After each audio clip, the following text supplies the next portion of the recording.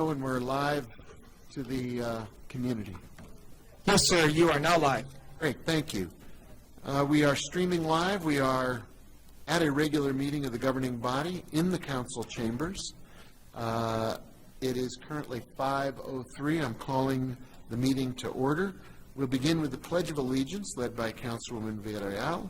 Salute to the New Mexico flag, led by Councilor Michael Garcia, and an invocation and remembrances started by Councilor Rivera. If we could all rise as you are able.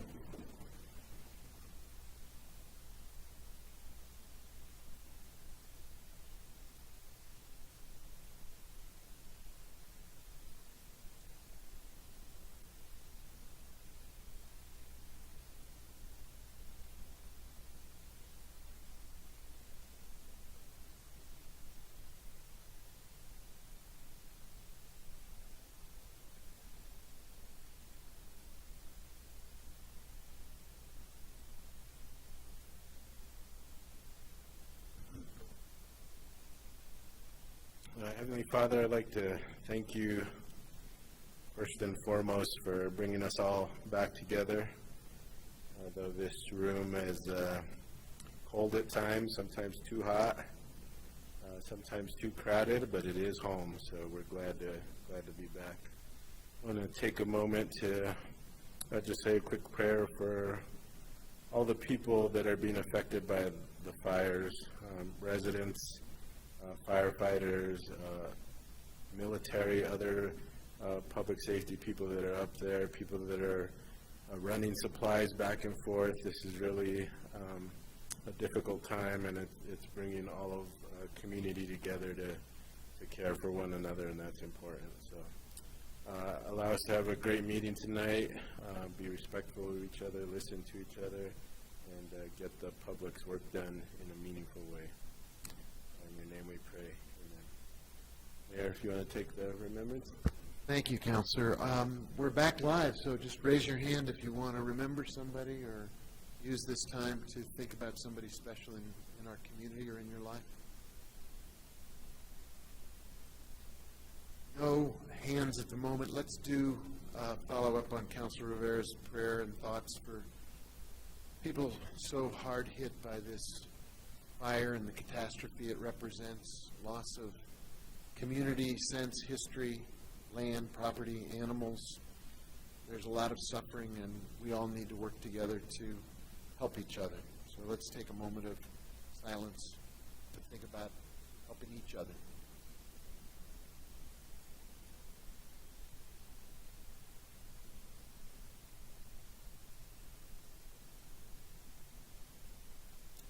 Thank you, everybody.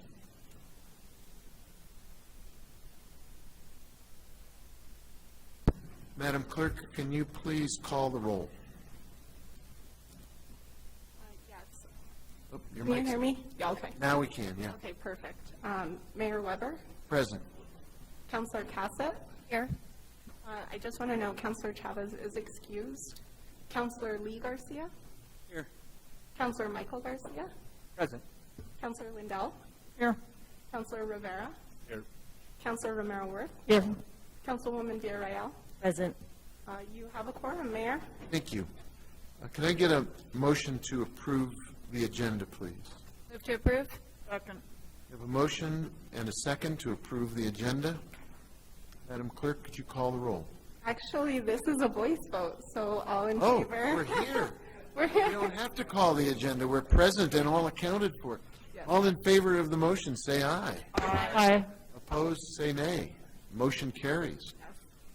There will be some new behaviors tonight, some old behaviors remembered, and I will ask for your thoughts and support as we recall old ways of doing business.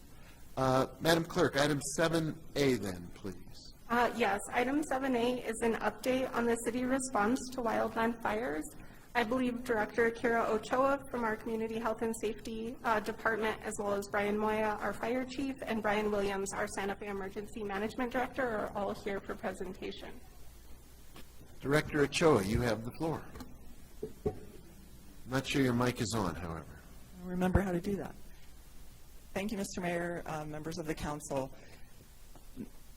As Councilor Rivera said, this is a tremendous time for our community, our northern communities, our western communities, and the response of Santa Fe has been remarkable. Not only the city staff, but the community partners, and everything that we have been seeing coming from all corners to support the people who are affected by the fires. What we want to emphasize today is what we can do to keep ourselves safe and prepare here in Santa Fe. I will also introduce Chief Moya and Wildland Superintendent Nathan Miller, who will give you an update on the fires and what we've been doing in the fire department, as well as Emergency Management Director Brian Williams, who can talk about the relief efforts.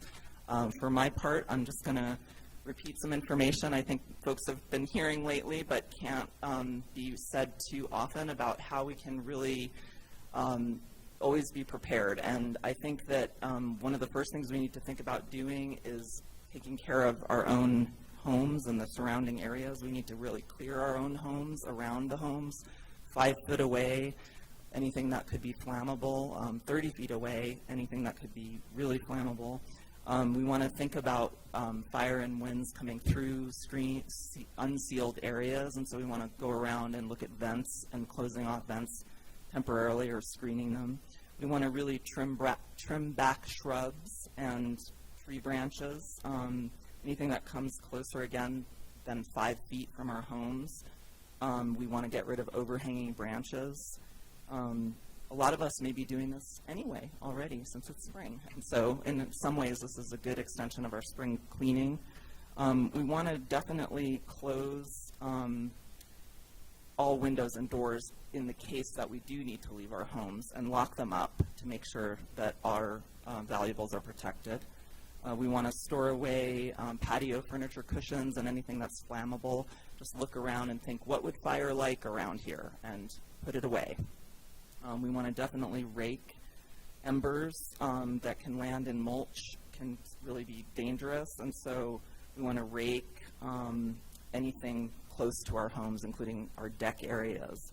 We want to remove anything within 30 feet that could burn, like our wood piles, our spare lumber. I've been working with my husband on the weathered wood collection that he's got on the side of the house, so we've really got to work on that. And anything that could act as a large fuel source, we have to take that really, really seriously.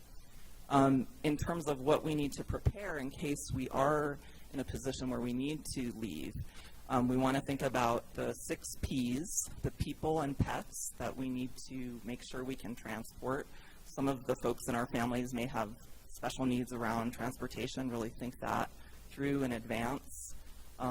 Pets, think about little pet carriers, bags, and things we would put our pets in if they're small enough. Papers, our important documents, our wills, our deeds, our passports and identification papers, marriage license, birth certificates, prescriptions, pictures. If you're like me, you might have a lot of pictures. You might have pictures in boxes. You might want to take pictures of your pictures and keep them on the phone. But really thinking about those essential items that you wouldn't want to be without, that you can transport. Personal computers, if they're desktop, you might want to back them up on an external drive, all the files that are important to you. And finally, thinking about your plastic, your credit cards, your things that you need to transport with you to make sure you have access to the resources you need if you aren't in your home. So those are just some things to keep top of mind. I mentioned spring cleaning. It's all part and parcel of that. So in a lot of ways, best case scenario, none of us will need this anytime soon, but we'll have cleaned up our homes and been ready for whatever is possible. And with that, I'd like to introduce Fire Chief Brian Moya and his team, and he's going to talk to you about the incredible efforts the fire department is making to support the communities around us. Thank you. Mr. Mayor, members of the governing body, thank you for having me. This is my first time in person, so thank you. It wasn't my first time, so thank you. I just want to recognize what we've done Santa Fe Fire Department has done a lot of tremendous work up there in Vegas and over the last 2 weeks. We have 25 personnel up there right now today. We have 4 engines, 1 ambulance, and 1 brush truck. So we have a lot of resources that we're sending to the Las Vegas to assist them. We are doing tremendous work up there. I brought down Nathan Miller, our wildland superintendent, to talk to you tonight. He has been in charge of a lot of what's going on up there. So he has a lot of great knowledge. He has a lot of great abilities. He's showing Santa Fe that they're doing great work down here, and he's showing it by moving up there and being able to show them a lot of things. We also have been doing a lot of great donations at Station 5. We have been getting, it looks like a warehouse at Station 5. So we want to thank the community tremendously for doing that. We continue to accept donations. We are sending a trailer up to Las Vegas every day, a 16 by 20 enclosed trailer. So we are getting a lot of donations, and we want to continue to do that. We want to continue to support these people because it's a long road. We were going to continue to have to support them, but I want to just end with, I want to thank the Santa Fe Fire Department tremendously. I want to thank all the men and women that work for me because they have done a tremendous job, and we have not let the citizens of Santa Fe down at all either. We have kept us running calls, and we've kept doing everything here. So at that time, I'd like to introduce Nathan Miller, our wildland superintendent, and he will go over the fires and give you a brief update. Good afternoon, Mr. Mayor and members of the governing body. Today we're here to talk about 2 fires primarily that are around the Santa Fe in the Santa Fe National Forest. As you guys have been seeing, over to the east is obviously the Hermit's Peak Cap Canyon fire. Currently, as of 6 a.m. this morning, the fire currently is sitting at 236,939 acres. It is 33% contained, and there are a total of 1,863 personnel assigned to the fire. Fire conditions on the south and the west side of the fire are currently staying within their containment lines and have been put in place. Here at the end of the show, we'll have a map that will kind of show you guys a little bit outline what the containments are looking like. Really, as you guys have seen on the news, the big factor that's happening is the weather has made containment efforts on this fire difficult to manage. New Mexico has never seen wind events to this magnitude for this length of time. Currently, one of the teams that is assigned underneath my command up there is a CAL OES strike team. And they've compared these winds right now to the Santa Ana winds that they're used to seeing later on in the fall. So they're a little bit used to them, but this is something new to us for this duration of seeing these high winds that we're seeing right now.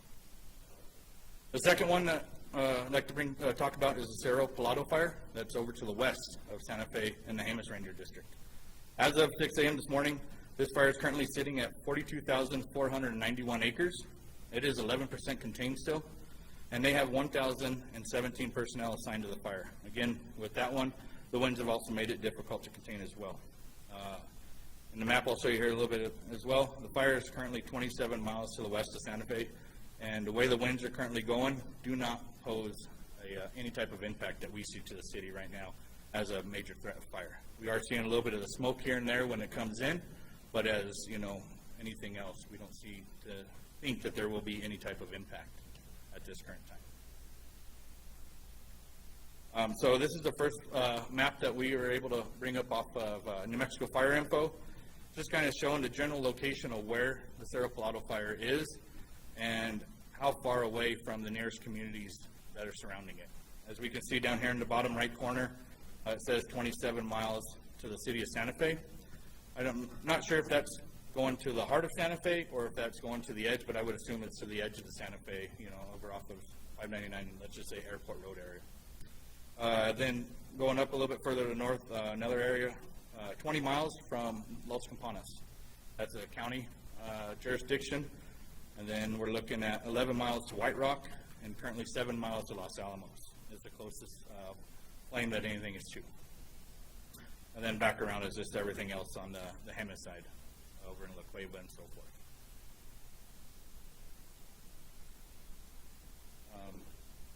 Try and zoom in a little bit as much as we can, but this is the overall fire perimeter currently as of, I believe it was yesterday morning, that we were able to obtain from New Mexico Fire Info. It's just kind of showing where, in relationship to major heart of Las Vegas and so far up north. As far as right now, it is about 90 miles from south to north is how far this thing is spanning across the national forest up there. And unfortunately, you know, we see the smoke column out to the east. It is growing as we speak. Hopefully, after looking at the weather conditions, start seeing the winds die down, hopefully Thursday night, and supposed to be a nice calm for Friday, Saturday, Sunday, and then predicted pick up again throughout next week. And with that, that's the end of the information that I have, if you guys have any questions.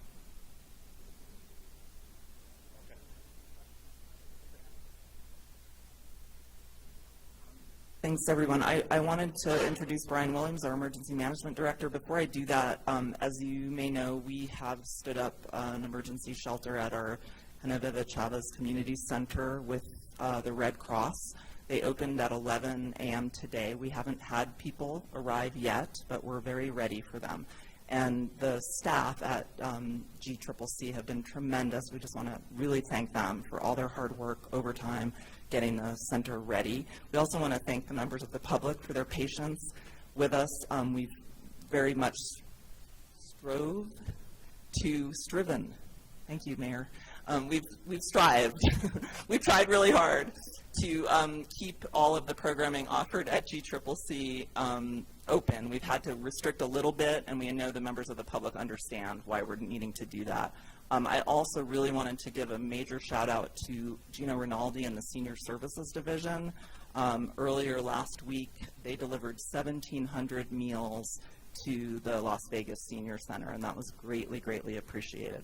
Gino himself was ready to kick in and evacuate people from the Behavioral Health Institute, but that didn't prove to be necessary. So that's just a little picture of the way our staff is really stepping up to help in the fires. And with that, I'll turn it to Brian, who can give you a brief synopsis of the relief efforts. Good evening, Mr. Mayor, members of the council. Let me start by saying how much I appreciate the support of my leadership. Director Ochoa, City Manager Blair have been very conscientious in supporting the things that we're doing to try to protect not only our own citizens, but the citizens of our surrounding communities. The key word that we're working with today is coordination. There's a tremendous amount of activity going on. The State Operations Center is fully activated. The entire alphabet soup of federal agencies is arriving or in the process of arriving. Virtually every state agency is playing a role in supporting not only the fires that we see, but other fires in the state. We are focusing our attention on primarily congregate sheltering, non-congregate sheltering, which we would advance for long-term sheltering of individuals if displaced, seeking warehouse space to support the donations management and other operations that large organizations like the Red Cross and Salvation Army are engaging in. Pet sheltering. It's important to remember that many people have pets. They bring them with them in evacuation, so we need to be able to support them. There is, in addition, a large number of pets that have been removed from the various shelters in the impacted communities. We are currently supporting all of the pets from the Las Vegas shelter and all of the pets from the Los Alamos shelter. I can't say enough about how hard and diligent the folks at the Humane Society and the National Humane Society have been in not only protecting these animals, but helping to provide for individuals to be able to stay close to their pets. There is a pet shelter at Glorieta. We're hoping to expand some capacity here in Santa Fe to make it possible for people to be closer to the pets when they're in the shelter. Additionally, we are constantly in coordination with the state. They know what we have. We know what they need. So when a resource request comes out, we work the problem, we work the request, whether it's fire resources, Gino's meals, who knows what might come next. So we're really in the disaster response mode with an emphasis on coordination. And with that, I'll stand for any questions. Thank you. Anything else, Director Ochoa, or we can turn to some questions from the governing body? Mr. Mayor, members of the council, we're ready for any questions you may have. I have a couple lead-offs, and then I'll just look for hands to go up around, but we don't have the screen anymore with hands. Chief Moya, you mentioned all of the amazing contributions you've been getting. Can you provide some guidelines of what you do want and what you don't want when it comes to contributions? Mr. Mayor, thank you. Yeah, so what I don't want is clothing. A lot of people are just cleaning their closets, and we kind of don't want that. So we prefer no clothing. We prefer water. Some Gatorade is good. You know, some, I guess, meals that can long-term care, or I don't know what the word is, perishable foods. Thank you. Toilet paper, paper towels, those kind of items are what they're asking for. We have been getting a lot, but we've been taking it out as much as we've been bringing it into Station 5. So all those things would be great. The only thing that or I will say one other thing we are getting is people are clearing up their pantries with used oil like this, and we appreciate if they wouldn't do that either. So those are the things that I prefer them not to bring to Station. Thank you. And let me follow up with if you can run us around the communities around us. You've alerted us to the ready, set, go model of different communities needing to be on different levels of alert. As of today, where are some of our neighbors, and how do you see that for the rest of this week, if you have the ability to make any assessments, or maybe Nathan as well? Mr. Mayor, yeah, I'll receive that question. The Wildland Superintendent Nathan Miller, he knows a little more about where that is. Mr. Mayor, so the main one that's around us right now that's in ready is Los Alamos. There are communities down near Cochiti that are affected by this that are in the go status down there, but those are only the two that are closest to us that are any type of ready, set, go current status right now, besides anything further north of Las Vegas. Thank you. Questions? Just raise a hand. We'll just work down the string here. Councilor Rivera, and then you, Councilwoman, next. Thank you.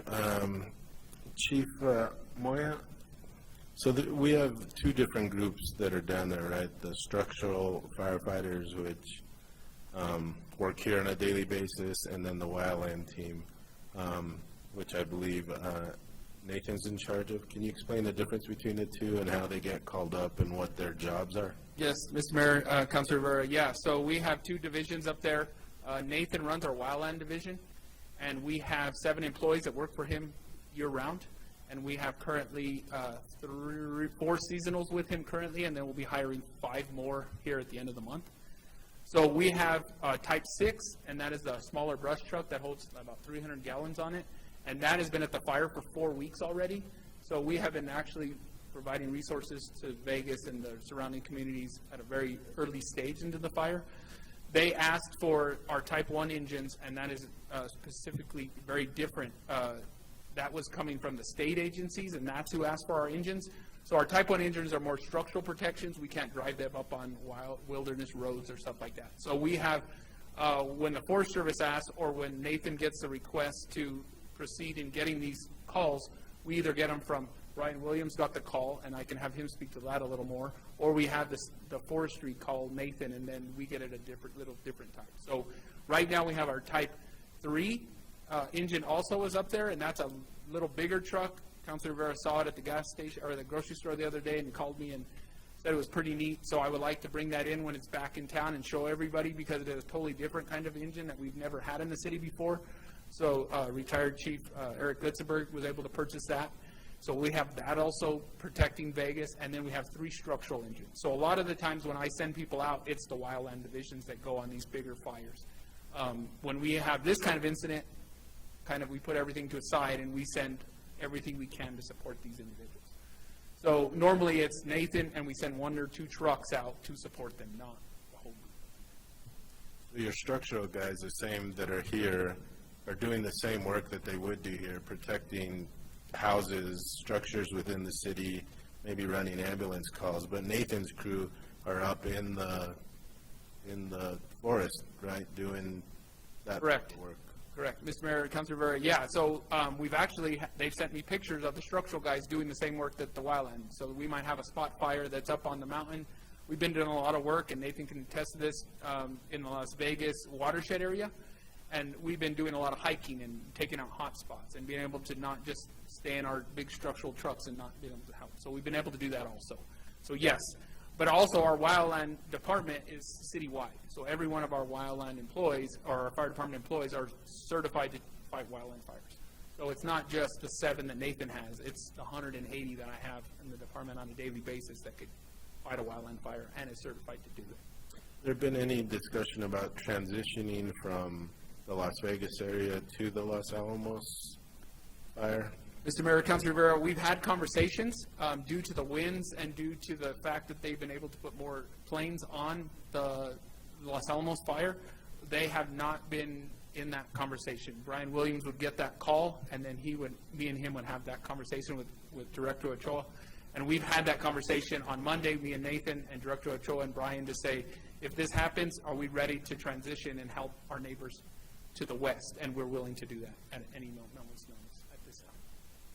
And then for Mr. Williams, you talked about, and this is just a question for me who worked during the Cerro Grande fires, but the communication piece with the state EOC versus people making direct requests, has that improved or is it still a problem? I wouldn't call it a problem. I think there has been improvements at the state level.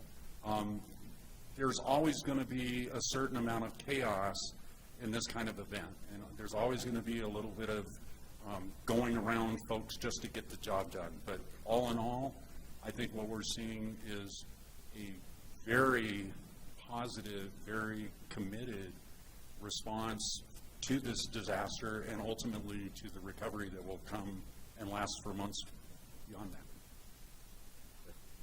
Thank you. Thank you all. And Nathan, sorry I don't have any questions for you. I know you guys are doing a lot of the hard work, but really appreciate you and Director Ochoa, your support of them. Means a lot, I think, to everybody. Thank you.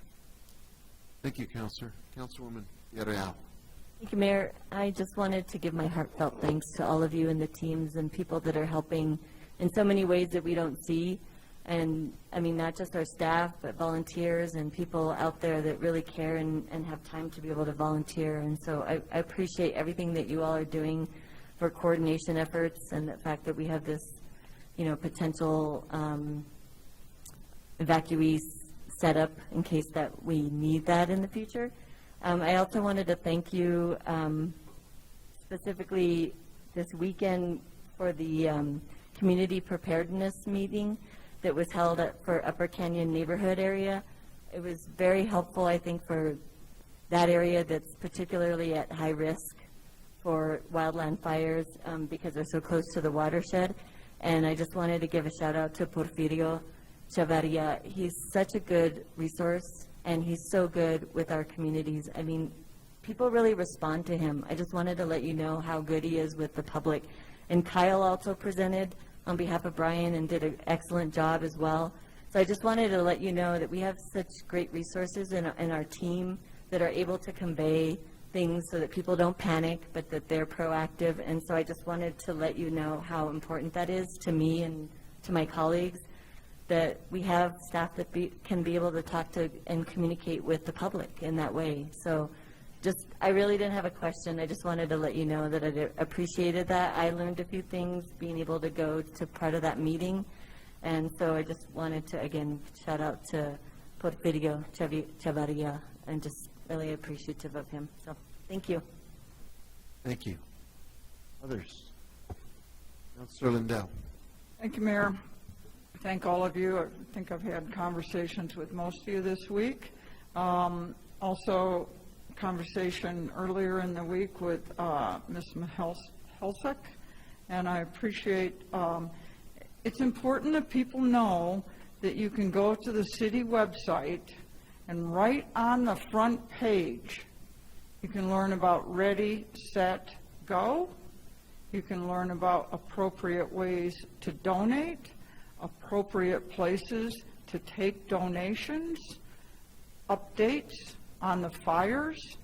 I think that we're going to err on the side of more information than less information. And that got put up very, very quickly. I'm deeply appreciative of it because it's information that people need to they don't need to hunt for it. You go to the city website, it's right on the front page, and it's all kinds of information. Take the time, friends, to look at Ready, Set, Go. It's really important. You guys have been, you know that we all think you've been doing a terrific job, and we also know it's not over. We got a pretty long way to go. So we're here, we're willing to help, and thank you very, very much. Thank you, Counselor. Counselor Lee Garcia, go ahead. Thank you, Mr. Mayor. I want to thank you all for the hard work that you're doing. I do want to send my appreciation to Director Ochoa and City Manager. Mr. Williams, I received a call last week from Representative Ambrose Castellano. They were looking for warehouse space to put stuff in, so in a heartbeat, you guys were back and contacting and talking to them, and I do appreciate that. And so one question I guess that just comes to mind is as our resources are being pushed out there for the much needed help, I'm assuming our brothers and sisters in the county and others are ready to jump in case we have any kind of emergency fire of some sort. So, Mr. Mayor, Councilor Garcia, I've never not worried about Santa Fe first. So you can put all your mind at ease. Everything we have is reserved apparatus that are up there, guys that volunteered to go, and we have not downed any vehicles. We've not lowered our standards of 34 minimum staffing, so we are continuing to provide the best service here. The county also sent people, so it's not just us sending people. Many surrounding neighborhoods sent, or surrounding villages, towns, cities have sent resources up there. But yes, we have made sure that Santa Fe's first, and then we've supported other cities after that. Very good, thank you. I would assume that would have been the case, but Yes, thank you for the question, yes. I'm good, thank you. Any other questions? Thank you. Thanks very much.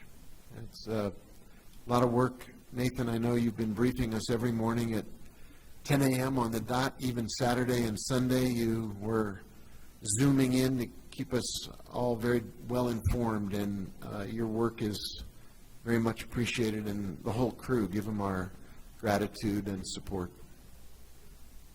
Thank you, Mr. Mayor and members of the council. Thank you.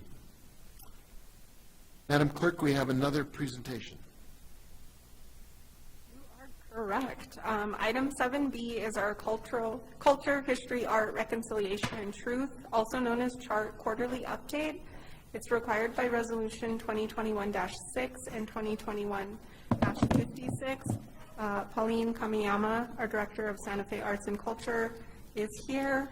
We also have a presentation from Valerie and Janice. I will let them do self-introductions. Oh, actually, I believe just Janice, but I'll let you guys provide additional info.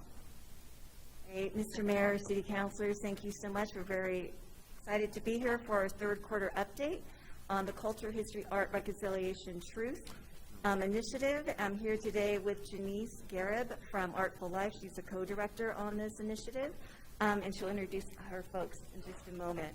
I just want to highlight some of the things that have been going on and accomplishments since we started. And through a community-centered process, they have over 7,500 engagements with people, and these aren't necessarily duplicates.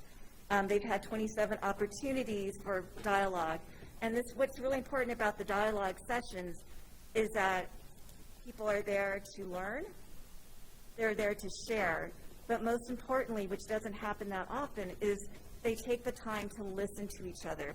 So the way that it's formatted is that everyone in the small group has that opportunity to share, and more importantly, to listen. And from there, we can start to bridge any differences and really focus on what our similarities are. They continue. Artful Life has been really aware and cognizant of the gaps in our communities and whose voices aren't at the table yet. And I know Janice will go through that as we go through the presentation. So with that, I'd like to introduce Janice and her team. Thank you. Thank you very much, Pauline. And good evening, Mr. Mayor and city councilors. Thank you so much for having us here for our third update on the CHART project. My name is Janice Garib, as Pauline said, one of the co-directors of CHART. And I am joined by Samisha McAkern, a CHART team member, and Alexis Kaminsky, behind me, the CHART evaluator. Valerie Martinez, the other CHART co-director, sends her apologies. She is on a family trip scheduled over 2 years ago. We are grateful, too, to the residents of the city and county of Santa Fe who have taken time to participate in CHART's many activities.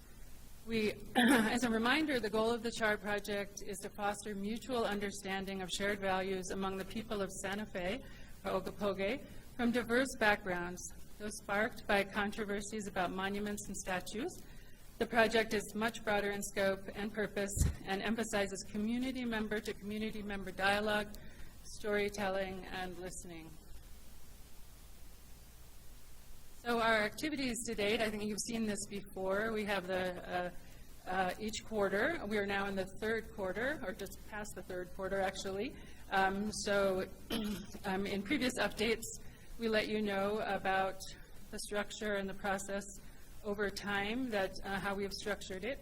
And we've reported on the selection of the team and the administrative structure and the first CHART survey, which is complete, the cultural history event, and public dialogues.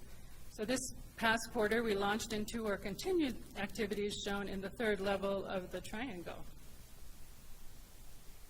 A reminder of our engagement strategy, that our strategy has been to engage with the Santa Fe community using various methods to reach as widely and as deeply into the community as possible, as per your instructions. We know that certain people have access to technology and online programs, have the leisure time to participate in events, may be more comfortable one-on-one versus in group settings. Some community members may be most comfortable when they are sharing with other members of their own community. As this slide shows, we've engaged with the community in 10 different ways, from dialogues to school classroom visits, that all add up to a significant reach into the community. All of these events, participant comments, notes, submissions, and evaluations become part of the body of knowledge that will inform the report and recommendations to yourselves. Some highlights of our activities to date. We've held 27 dialogue sessions, 2 surveys, one went live last week, 3 cultural history talks, 7 art activations, 3 implicit bias trainings. We've had 787 unique engagements and 7,559 total engagements.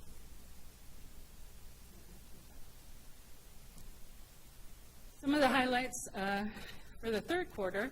So we continue to ramp up our activities, and we've had 2 February and a March public dialogue, one on equity and one on belonging, 2 cultural history series presentations, the launch of the Monumental Dreams and Conversations project, that's based on the Paper Monuments project, that is in our contract, with a proposal workshop, a film and dialogue event in partnership with Little Globe, and the launch of the Culture Blog. We'll give you a little bit more about these later. So I'm going to hand over to Samisha to talk about the next set of slides. Mr. Mayor, council members, thank you so much for this opportunity. As of now, our outreach through email blasts, newsletters, email, snail mail, and phone equals around 18,148.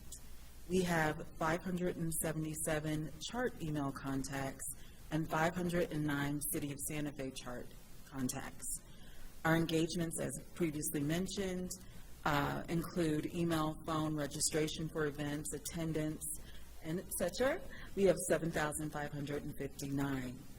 Our in-person activity event locations have included, just to name a few, the Midtown Project event, Santa Fe Community Convention Center, and the International Shakespeare Center.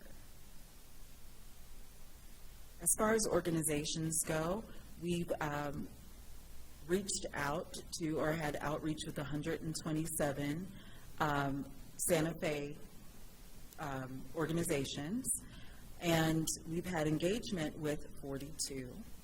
Some of the organizations that we have engaged with have included the Agua Fria Village Association, the Fiesta Council, the Old Santa Fe Association, the NAACP, and Temple Beth Shalom, just to name a few. Through our website, we have quite a bit of traffic, which is nice. But we've had 5,600 sessions, and with a total of 3,510 unique visitors. The average session duration is about 5 minutes and 34 seconds, which on the internet is quite a bit of time. Our most visited pages are the homepage, the team page, our survey, about, and events. Our social media stats are as follows. We've had 111 posts that have reached approximately 21,175 people. We've had 1,498 engagements, and on Facebook we have 135 followers. Instagram, who does not necessarily keep their data in the same way that Facebook does, but we do have 120 followers. From the beginning of this, from the beginning of the contract, so far for media, we've had 2 opinion op-eds, 1 TV news report, 3 radio shows, 14 newspaper articles as well. And I will turn this over. Thank you. Thanks, Anisha. So now we'd like to just delve into some of our project activities in a little more detail. As we mentioned in an earlier slide, we've hosted 27 facilitated dialogue sessions, both open to the public and at the request of groups or organizations. To give you a small taste of a dialogue session, I'd like to play a 2-minute video highlighting our March dialogue session on belonging at the Santa Fe Community Convention Center. This and more event videos can be found on the Chart Santa Fe YouTube channel or via our website. I'm hoping this is going to work, so we didn't have sound at the test.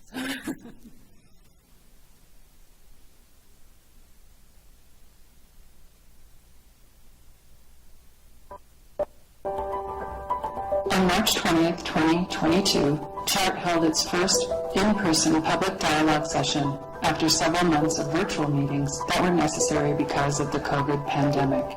The event was held on a Sunday afternoon downtown at the Santa Fe Community Convention Center. The session included an hour of one-on-one conversations followed by facilitated discussion in small groups. The theme for the event was belonging, a topic that was sparked by responses to CHART's first public survey. During the first hour, residents sat in concentric circles and shifted their chairs so they were able to talk to 9 different people. They began by sharing a story that revealed something important about themselves, their family, or their background. Then they shared 2 stories about belonging. When and where did they feel a strong sense of belonging in Santa Fe? When and where did they feel the opposite of belonging in Santa Fe? After a break with refreshments, participants shifted to round tables to address a few more questions in groups of 4 to 6.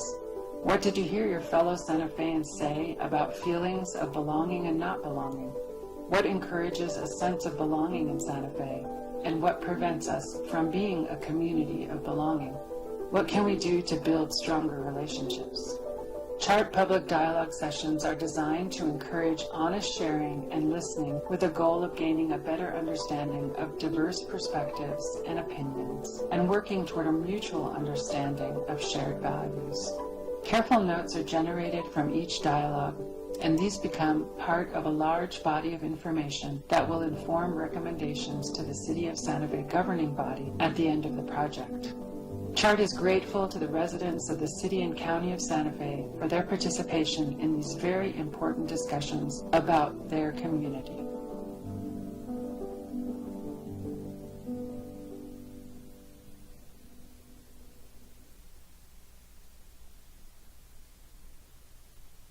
just gives you a little bit of taste of one of our, Mike? oh, sorry. That just gives you a little taste of one of our dialogues.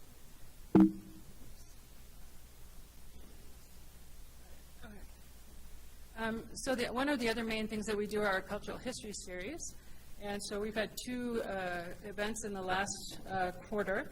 In March, historian Hilario Romero presented Journey Down the Rio Santa Fe, Pueblo Spanish-Mexican History of the Santa Fe River Communities. One viewer wrote to us about the presentation saying, I just watched Hilario Romero's 313 presentation. That was as good a general presentation of the settling of Santa Fe as I've ever seen. I posted in the comments that it should be required viewing for anyone moving to Santa Fe. One of our fans. In April, Dr. Setha Lowe, PhD, a renowned expert on plazas, especially in Latin America, presented on the challenges and opportunities of public space and social justice.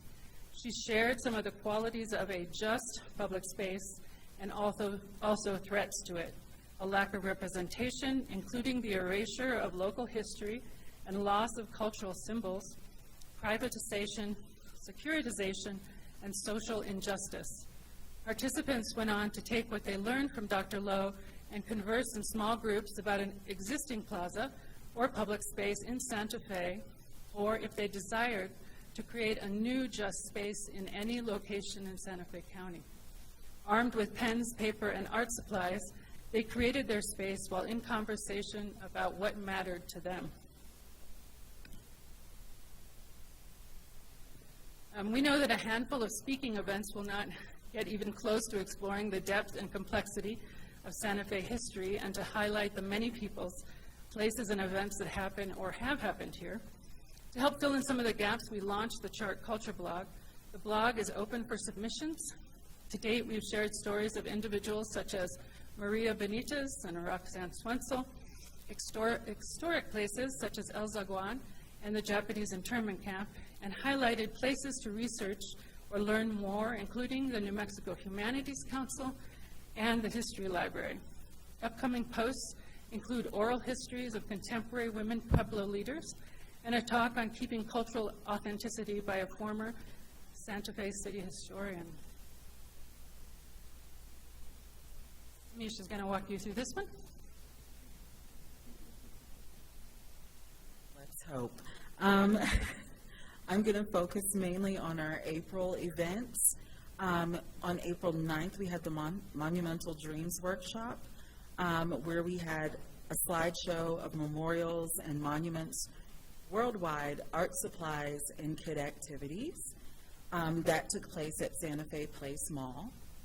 On April 21st, we had the Creative Plaza art activity, following the talk that Janice just spoke about by Setha Lowe, and that was hosted at the Santa Fe Community Convention Center.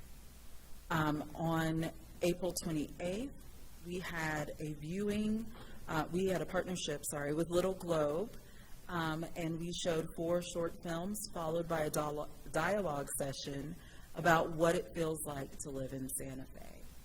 And our Monumental Dreams project, with 83 submissions, closed on April 30th.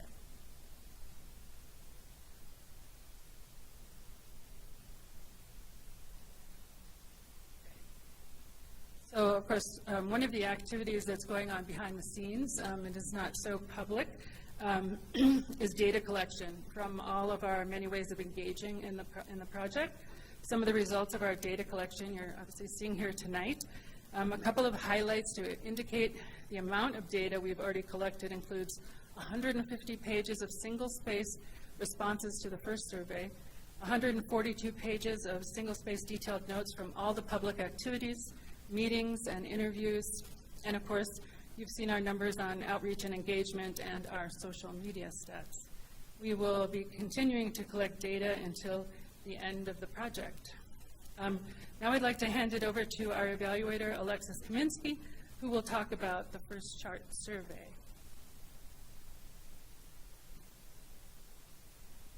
Mr. Mayor and council members, thank you for this opportunity. I think you're mostly aware of the 3 questions that we used for the first survey, and they were 3 very open-ended questions. The first one was about history. How can we come to a fuller understanding of the history of Santa Fe? The second one is about current-day relationships and how do we build more healthy relationships while acknowledging our differences. And the last one is about the future and how can we be better ancestors for the children and their children. As I reported at the last quarter, that we had 84 respondents from the city and county of Santa Fe. The majority of them were older residents. About 42% of them were between the ages of 60 and 79, and 23% were between the ages of 40 and 59. About a little over 70% were from 3 zip codes, from 501, 507, and 505. I thought I would give you an idea of why we ask these really open-ended questions, because it might seem a little odd. And we use them primarily to inform program activities, because we didn't assume that we knew what was going on, what people were feeling in Santa Fe. We heard some things in the news, but we wanted to get a more full idea. So one thing that we've learned is issues around belonging have come up. So there were some public dialogues around belonging. Also, we are using the results to help focus further data collection. We use them to structure a lot of the questions in the second survey.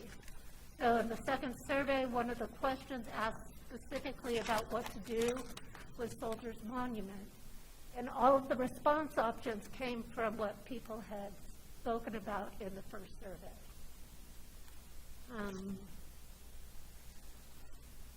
And we'll also use the results to contribute to the final report to you all.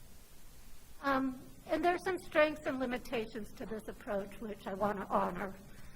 Having open-ended responses, as I said, makes it possible for individuals who are filling out the surveys to enter in anywhere they are, whatever they're feeling, which is really good if you don't know what the domain is. At the same time, a good thing is that it's very context sensitive, so it really picks up on how people are feeling. It's a point in time, and at this point in time where we fielded this first survey, it was the first quarter of the project, the last quarter of 2021. And where people were pretty preoccupied about what was happening with the monument, we were still under COVID restrictions. And those things really do come out in the responses. And just one other comment about having it be a point in time. Really, as the evaluator, I see the responses to the first survey as kind of a baseline of where we were starting with CHART. Because when it was fielded, there had been no CHART activities except for one cultural history series. And so nothing had really happened. And so in the last however many months, there's been, 27 different activities. And I believe there's something of a change in the tenor of conversation, which is heartening to me. I just wanted to give you an idea, a kind of the big picture of the themes that were coming out across the 3 questions that we asked in that first survey. About 48% of the respondents spoke about inclusivity. Inclusivity in the context of the question of history meant that multiple perspectives were engaged, that the good and the bad were also incorporated in understandings of history, and that it includes all people of Santa Fe. 47% emphasized education and learning was critical. This were particularly in response to the questions about history and the future. 45% made comments about equity, Often those comments were made in response to or made in terms of representation and whose voices are heard. Also in terms of investment across the entire city and in terms of income and gentrification. 35% of respondents emphasized the need for dialogue and listening. And quite a few of them talked about how it was much more important to listen than speak. 28% made general comments about monuments and statues, things like what should be memorialized. Should it be individuals? Should it be ideas? Should it be things that brings the community together? What to do about existing monuments that people might find offensive, and how to maybe better contextualize some of the comments. 22% made comments about the environment. Those were showed most heavily in the future, not a big surprise. People are really concerned about climate change and water. 19% related to belonging. Sometimes those were about who didn't belong here and outsiders, and sometimes it was about people who had been here for generations upon generations. I think it's worth noting that only 13% of the responses were very angry, and those are, I mean, you know, big, powerful statements are often what the media gravitates to. And sometimes they seem disproportionately loud and large, but it's not the majority of the citizens in Santa Fe. And I think that's worth recognizing, that there are a lot of people here who really want this city and the county to be stronger together. And lastly, there were only 12% of comments were directly about the obelisk. And that was kind of inclusive coding when people made comments about what happened without actually naming the obelisk. You could figure out what they were talking about. And not to be too wonky, but I'm just going to give you a minute of wonkiness, because you might be wondering, where do these numbers come from? This is a lot of words. And so, you know, I've been working with a small group of the facilitators for the last few months to bring more heads to bear on the responses, you know, because I don't want to get lost in my own interpretations. So we read through all of the comments multiple times, and then we coded bits and pieces of it. And coding is just like tagging bits, phrases in any kind of a response. And all of those, we've been coding, put it in a qualitative analysis program to make sure it's really systematic. And we've also done word searches to make sure that we're being thorough, and looked at some code presence tables and figured out the number of respondents, not responses, not the number of times, but the number of respondents making specific kinds of comments, and divided those numbers by the whole number to get a percentage. And I think, that's me. And now Denise is going to talk about the survey. Thanks, Alexis. So that was a little bit about chart survey number 1 that Alexis mentioned happened at the very beginning of the project before really it got off the ground. But a week ago, CHART launched its second survey. It differs from the first. The survey is primarily quantitative rather than qualitative. It takes between 5 and 8 minutes to complete, and it closes on June 12th, 2022. The survey is meant to get answers we hadn't clearly received through the first survey or other dialogues, but remain questions or topics of interest to Santa Feans. You'll see that one of the questions directly asks survey respondents their opinion on what should happen to the Soldiers Monument, but also questions on wider themes such as education, cultural representation and knowledge, and continuation of this work of truth and reconciliation. We hope everyone listening and all of you will take this survey. We, as a week, I think we have over 160 respondents so far, and we'll be targeting particular groups to make sure where we know we've had, we need more responses from 20 to 29-year-olds, for example, and Spanish speakers. And the survey is available already on our website. It is in English and in Spanish. And we also have, you can also request a paper copy, and we'll be sending that out and having that available in different things that we're going to, and where we're also doing presentations.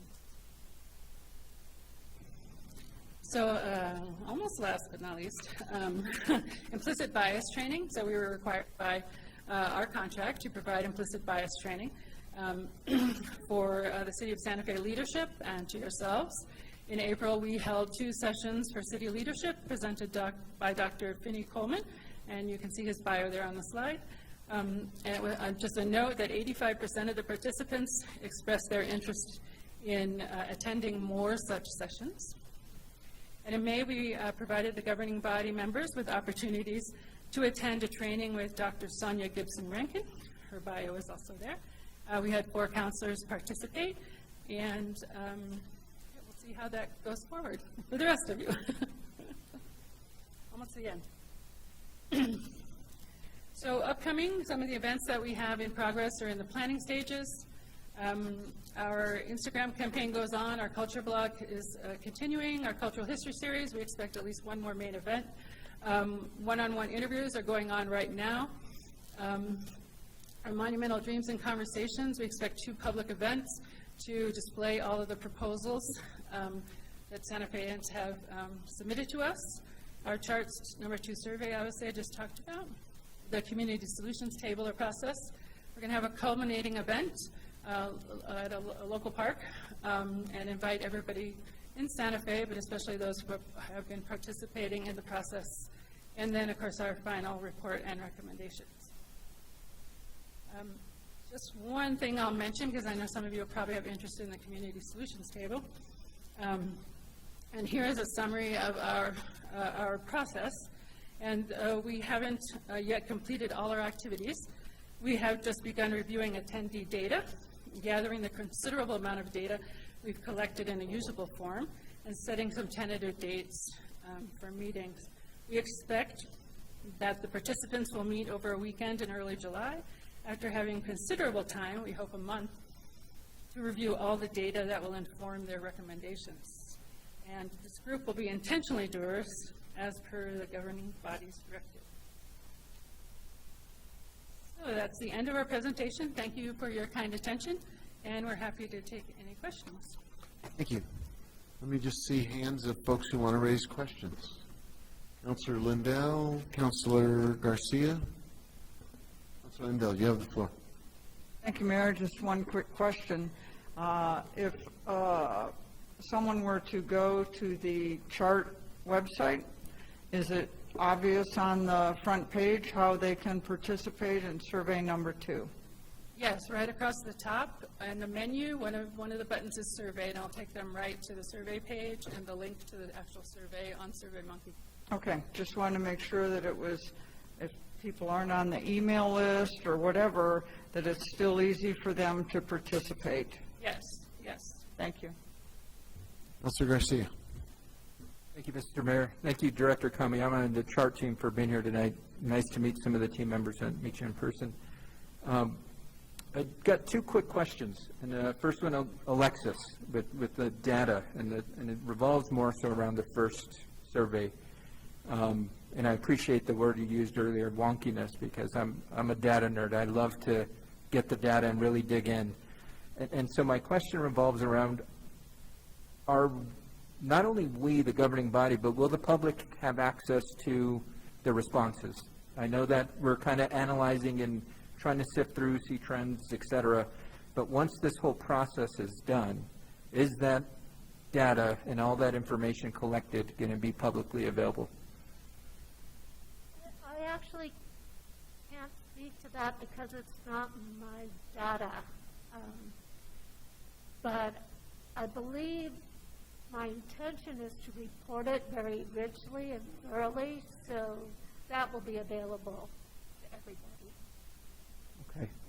And I guess maybe that's a question for Janice. I mean, is that, Yeah, we're actually still in discussion with the attorneys on what we can actually release and not release at that level. So once we get that decision, definitely, obviously the summaries and people's recommendations will be there, as you know, in the report and others. But we're still in discussion as to what we can have the public have access to and all with all the data.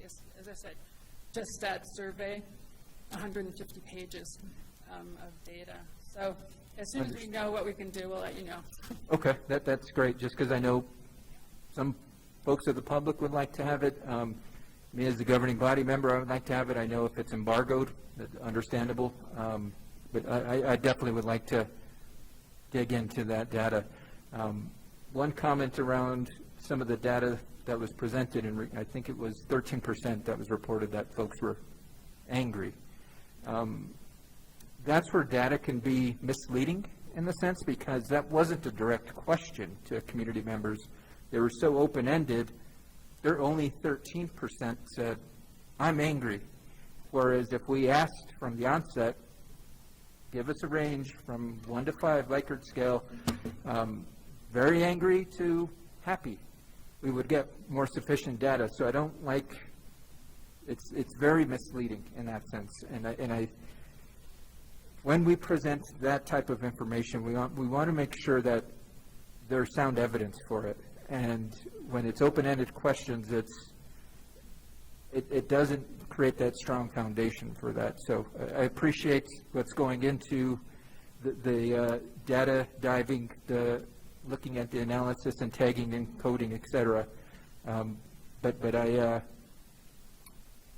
I think that's a concern I have, and since I'd like to see the data to see what folks are saying and what triggered somebody being very angry in that sense. I appreciate your comment. Thank you very much. I don't know if very angry is the best word. Outrage might be a better term.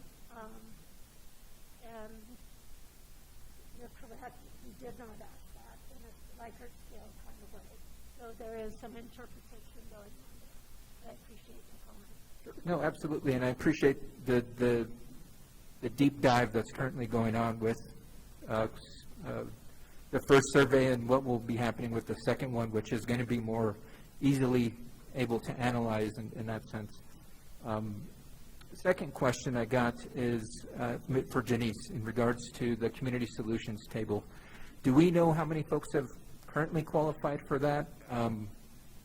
There are, as we reported, there are almost 800 people unique people who have attended CHART events. And what we're doing right now is, of course, going through all of our attendees to see who has consistently attended. And we're including not only the dialogues, but the cultural history series, the art activations as well. So we're trying to whittle that down to who actually has been, who've been participating, obviously more than one. and we do have quite a group of people who have. For almost any event, we have usually around 40% who are returnees and 60% who are new people each time. So you can imagine right now the list is pretty big. So that's what we're honing in on right now, because we know we need to get those invitations out sooner rather than later, definitely by the end of this month, and then be able to train and set those people up with what they need to be able to review. So yeah, it's a large amount to go through right now. Okay, thank you so much. And if I might make one recommendation, given that we haven't determined the number of folks that have qualified, we've got roughly 800 that have been through the process. You had mentioned that you were looking at the end of July to having this community solutions table. The beginning of July, just after the 4th of July for their actual meeting. They'll start working in the middle of June. Okay. They're going to need a month to go over the data because they're going to go through all of the dialogue notes. They're going to go through all the cultural history series notes. They're going to read all the survey responses of both 1 and 2. So they're going to be going through everything. So we want to give them at least a month to be able to do that. before they meet, usually probably for a full weekend. We're just looking for a date right now that will work where we can have a space for them to meet. Okay. Yeah. Thank you for that clarification. And I guess my recommendation comes around, if we have a great number of folks, we might have to have 2 of these. And the reason being, summer months, folks go on vacation. And I'd hate for somebody who had gone through the entire process and then not be able to participate in what is probably the most important part of the process because they're out of town. And they're on vacation, just as Valerie is out of town for a vacation that's been planned for 2 years. We've got folks that are in that same situation, and we've got to ensure we're creating a space where everybody that's went through the process has a fair opportunity to participate in that community solutions table. So if we can look at having more than one, I think that's going to provide the best outcome for us, because if we don't and folks aren't able to participate, you're going to have some very angry people. And I don't want us to get into that situation. I want us to get through this process and have everybody feel confident that it was a fair and equitable process. Also, I would just like to say that that everybody's voice has been heard and will be part of the final report, whether they're on the community solutions table or not. So the table will be doing a subset of recommendations. We ourselves will be putting a larger body of recommendations out as well. We already have, through the first survey, a whole lot of recommendations from people. So we want everybody to be heard, first of all. But so I get that. So definitely know that we are trying to do this process. So whether someone sits on the table or not. The other thing I'd just say that the community solutions table in Albuquerque, they had several hundred people go through. They had the dialogues. They had 81 people who were eligible to be on the community solutions table. They invited them. Only 51 people could actually do it because the time involved is, say, a month of looking at data and then being available. So we expect that everyone will not be able to, but we want you to know that the other people who can't come and they have participated, their voices are being heard as well, even if they don't make it on the table for some reason. But we hear you. Thank you. Okay, thank you so much, and thank you again for the presentation tonight, Director Kamiyama and CHART team. Really appreciate the update. Thank you. Thank you, Mr. Mayor. Councilor Mayor. Thank you, Mayor. Quick question on the surveys. What is the public being told about confidentiality with respect to this idea that the public have access to responses? Is the public on the front end being told that in taking the survey, their responses are confidential, so that if we eventually release the responses to the public, they won't be associated and or correlated with specific names? Right, so the surveys don't have names related to them. So the survey responses are one thing, so people are giving, their zip code, their age, and some demographic information. So there's no names. But in our public dialogues and our notes, we do have names. So we are removing names and either using initials or something else from the dialogue notes that people may see. So they are told that their names will never be associated with any exact comments that they've said. Okay, I do think that's important. And then you said that even if you can't participate in the community solutions table, even if you're eligible, and you're hearing those people who qualify but may not be able to participate are being heard, and I guess the extension to that is, are you incorporating what you're hearing in what you're going to be bringing forward? So it's not just a matter of, I hear you, but I'm incorporating what I'm hearing into the final documents. Yes, true. Okay, thank you. That's all I have, Mayor. Thank you. Thank you. Councilor Cassett? Thank you, Mr. Mayor. Thank you, everyone, for being here for your presentation this evening. I did have similar questions about protecting the anonymity of anyone who is providing data.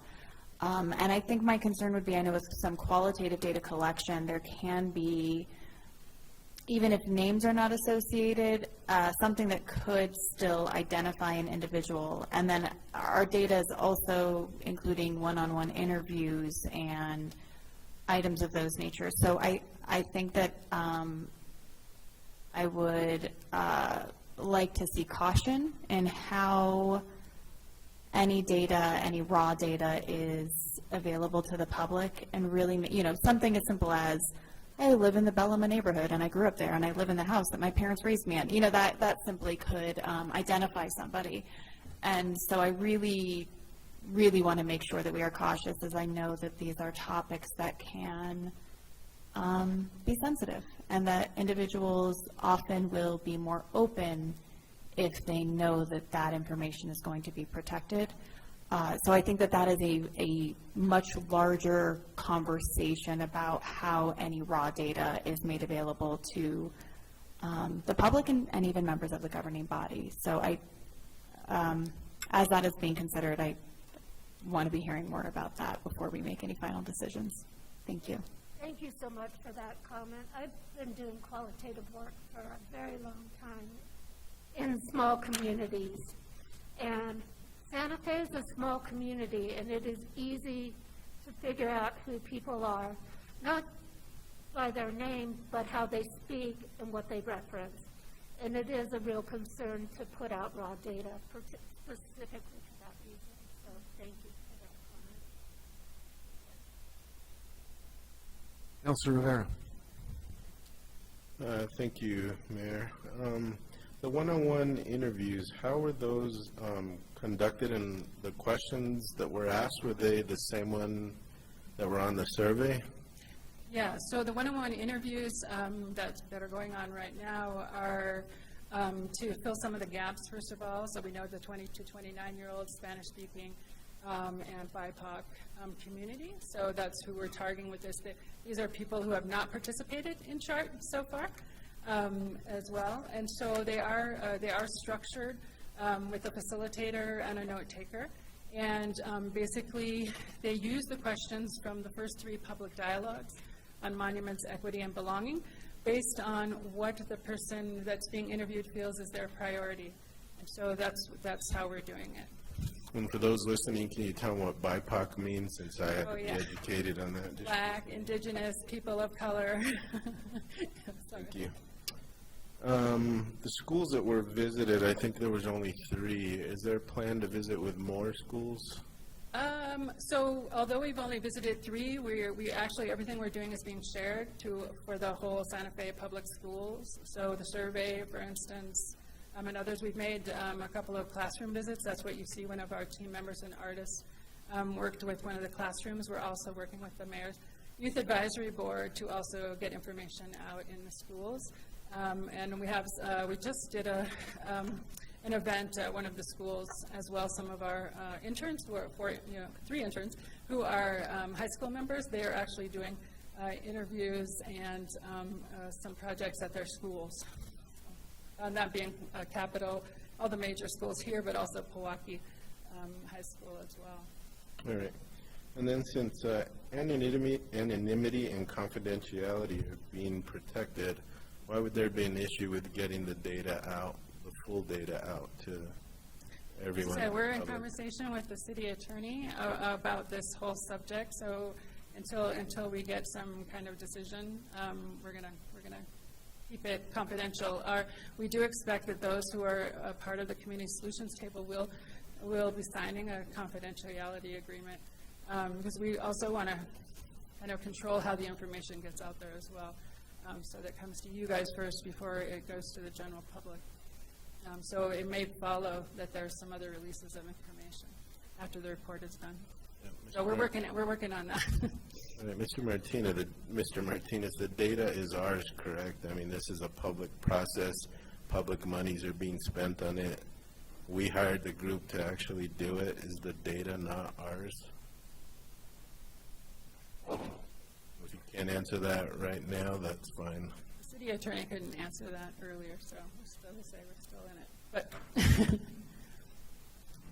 Members of the governing body, Councilor Rivera, the way I would answer that is that I'd like to find out what other members of the city attorney's office have already opined and talked to them about it. From what you said, that sounds like a reasonable approach, but I need to know what they know. Thank you. I find it a little ironic that we were trying to protect anonymity and confidentiality with the Community and Health and Safety Task Force group, and yet transparency was a priority for everyone on this body, that we even changed the resolution to make sure that those meetings were transparent. And here we are now arguing the opposite side for anonymity and confidentiality. So, yeah, I'm in favor of the data being put out once it's available, and hope that that's the opinion of the attorney's office. Thank you. Thank you, Counselor. Janice, I have one question. For me, first of all, thank you for a very comprehensive update and very thorough and very thoughtful presentation. The sentence that struck me the most was when you said that you could sense a significant change in the community conversations since the beginning of CHART. And I'm wondering if you could characterize how that change feels. What are the adjectives, the from-to chart that is in your mind somewhere about we started here in terms of the quality of our community engagement, the dialogues, the interpersonal engagements, and we're now over here on a different path. Can you flesh that out a little bit, please? I think Samisha said that, but I'm happy to give my 2 cents. I defer to your team. Your whole team can answer the question. Thank you, Mr. Mayor. The way that I would characterize the change that we've seen throughout the community was from body language, from conversations that we've had. At our very first event, it was very controversial, a little tense. We had a lot of responses that were not necessarily what we were trying to do and what we were trying to accomplish. But as people have continued to engage in the process, we've seen a lot of opening of body language, a lot of smiling, a lot of participation. In one particular one of our art activation projects, we had a gentleman who was sharing and was very frustrated and very closed off and arms crossed. And by the end, he was playing with Legos. So I think, and kind of working with the people around him, and had changed from, I want to share my point of view, to I want to hear what your point of view is. And so as you kind of get the opportunity to see those community members opening up to the process and being more open to their neighbors and having conversations. And one of the fun things about hanging around a CHART project activation or any of those events that we have is that afterwards, people are actually starting to communicate with one another.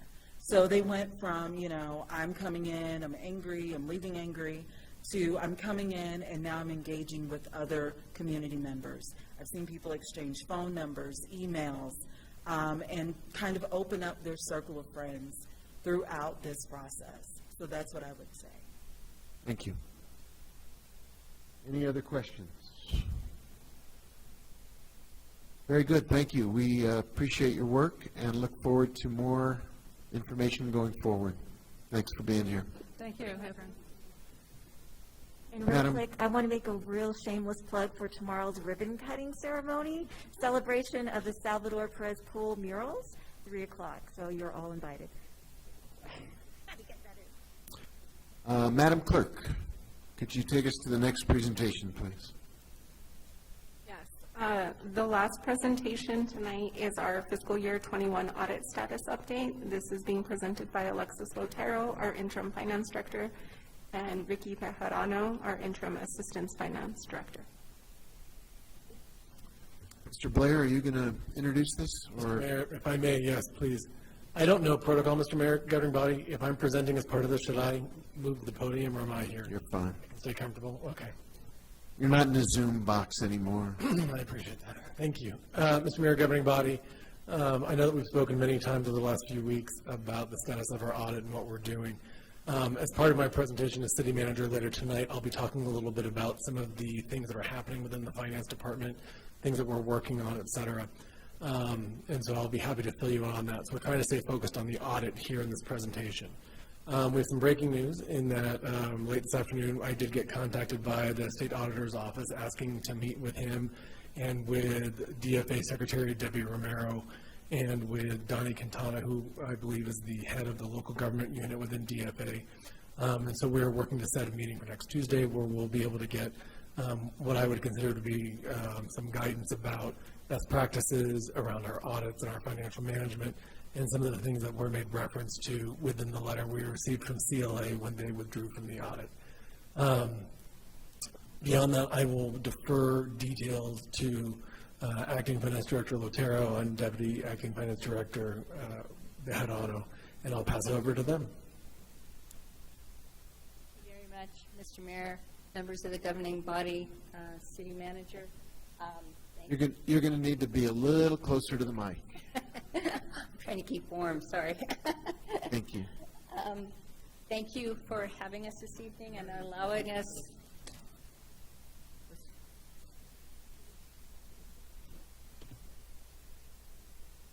Okay, sorry.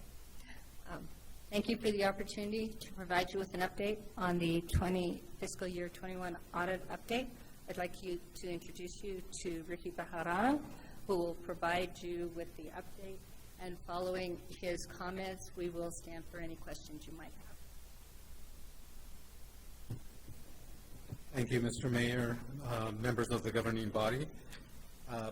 Obviously, since April 25th, when we received the withdrawal letter from Clifton Larson Allen, a number of things have occurred. We've continued working towards reconciling the bank statement, which was one of the issues with their withdrawal, along with updating the trial balance more completely. Since then, specifically, our contractors, Clifton, not Clifton, but REDW, have, I think I spoke about this at the Finance Committee meeting, they were required to do a one-to-one match between what was going on in the general ledger and the bank transactions. Since the 25th, when they withdrew, approximately 3,000 transactions have been reviewed. Those were all deposits matched up to what was in the general ledger. At the beginning, we started with about a $4.6 million difference. We're at a $1.4 million difference, and the contractors continue to work toward that. I have requested, or actually directed, the contractors to redo all the bank reconciliations, which they're in the process of doing now. There are approximately 8 bank accounts that feed into one general operating account. Some of the bank accounts are in and out accounts where money goes in at specific revenue types for the day, and then at the end of the day, they're swept up into the general operating account. At the same time, we have disbursements that are going out. Disbursements had already been reconciled. I think it's important to understand the magnitude of the number of transactions. Approximately 153, close to 154,000 transactions hit the general ledger that are related to cash. So it's a big pool of items.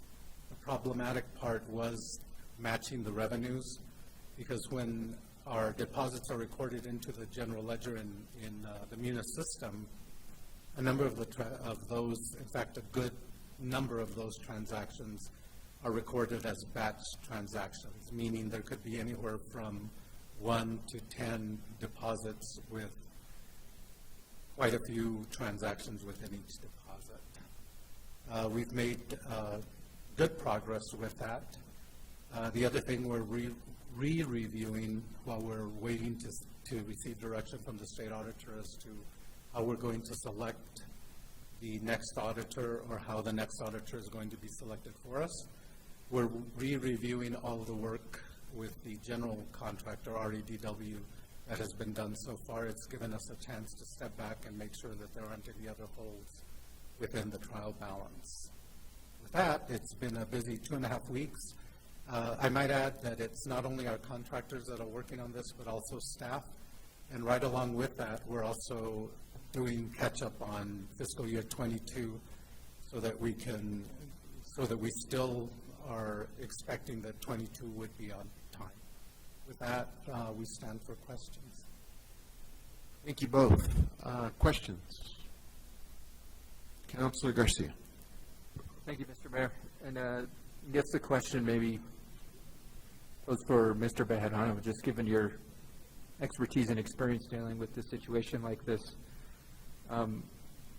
City Manager Blair mentioned that the state auditor has set up a meeting with us and state and local next week. Is there a chance during that meeting that state and local will be informing us of the next steps of potentially taking over or oversight of our finances? Mr. Mayor, Councilor Garcia, that is always a possibility. DFA does have the authority to essentially take over operations. In my opinion, having been in the controller's office, and during that period of time, we took over one municipality that was not a fraction of the size of the city of Santa Fe. I believe it's an unrealistic possibility, but it is a possibility. DFA does have that authority. Okay. Just, I want us to be well prepared going into that meeting. If that's going to be the case, then we're prepared as a city that we're ready to take those steps. No other questions, Mr. Mayor. Thank you, Mr. Bejarano. Thank you. Councilor Rivera.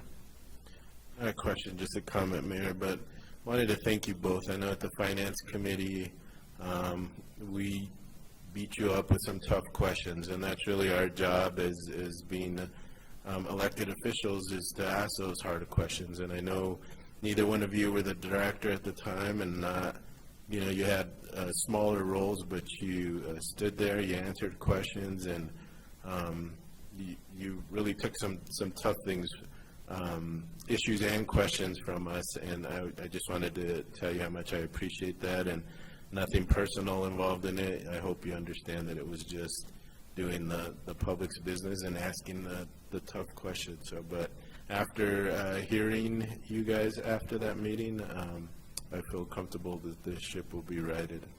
So thank you. Mr. Mayor, Councilor Rivera, thank you very much for that. Councilor Cassett. Thank you very much, Mr. Mayor. Just following up on Councilor Rivera's comment, I do want to let members of the public know, as you maybe do not watch the Finance Committee meeting on a regular basis. We did take a good 2 hours to dive into this. So that was a very detailed conversation, as Councilor Rivera alluded to, some very tough questions, and he's very right to recognize staff here who spent the time to answer those questions and really discuss some very complex issues, especially if you are not somebody that spends your life in the finance world to understand. So I do also want to thank you for that and refer members of the public to that meeting. That would have been, what was the date? Last Monday? Anybody? Bueller? Monday, May 2nd. So that is on YouTube, and really does a very good job discussing what I feel are really the key pieces that we need to discuss here. What do we know went wrong? What do we do next? How do we fix it both in the short term, the medium term, and the long term? So I do want to thank you both again for being there and for that discussion, as well as recognize your team, as I know they're working really hard. Thank you. That's all. Mr. Mayor, Councilor Cassett, thank you very much for that. Any other questions? Mr. Blair, any other comments at this time? No, Mayor Weber. Thank you, sir. Okay. Thank you for the update. Appreciate your hard work and look forward to the rest of the work to get the trial balance in order. Thank you, Mr. Mayor. Madam Clerk? Now we don't say you're muted. Your mic's up. Anyway, sorry, my own joke. Next on the item is the approval of the consent agenda. Can I get a motion to approve the consent agenda? Move to approve? Second. The motion, there's a second, since we don't have to take a roll call? Oh, actually, Mayor. Oh. Do you want to note that the approval of the consent agenda is a roll call vote? Oh, thank you for knowing the rules. In that case, could you call the roll? Yes, I can. Counselor Cassett? Yes. Counselor Lee Garcia? Yes. Counselor Michael Garcia? Yes. Counselor Lindell? Yes. Counselor Rivera? Yes. Counselor Romero Ward? Yes. Councilwoman Villarreal? Yes. Mayor Weber? Yes. Motion has been approved. Very good. Could you take us then, please, to the next item on the agenda? Yes, the next item on the agenda is matters from the city manager. City Manager Blair. Mayor Weber, members of the governing body, I apologize to some extent. I don't know if it is the fire, smoke, or what, but my asthma kicked in about an hour ago, so that's why I'm giving you a little extra huskiness in the voice tonight. First of all, I want to speak a little bit about the fire as well. Clearly, we have tremendous gratitude for the men and women in our fire department who are helping our New Mexican family to the north survive this fire. But I just want to really make a point to commend the entire City of Santa Fe team that has really been willing and able at a moment's notice to step in and help. Councilor Garcia, you mentioned earlier, Friday, Saturday, Sunday night, afternoon, doesn't matter the time, staff have their cell phones with them right now, and they're really pitching in. One example I would tell you is on Saturday, Mayor Weber and Director Ochoa and I were with Brian Williams at the Genoveva Chavez Center, and we knew that it was conveyed to us that we have lunches and dinners provided for already from a gracious community partner, but we didn't have breakfast.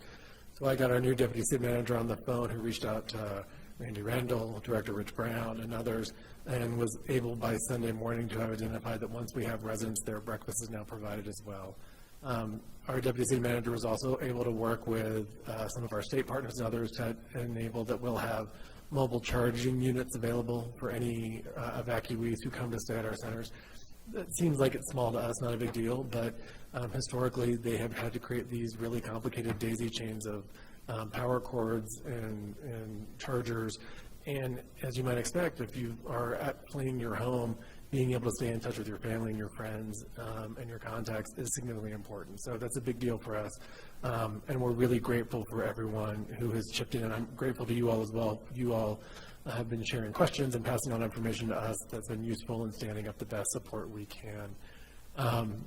I was quoted in the Reporter, I think a couple days ago, to say that really the motto of what we've laid down for our city leadership is that the cost of whatever we're doing is secondary to doing as much as we can to help anybody in this community who needs help from this fire.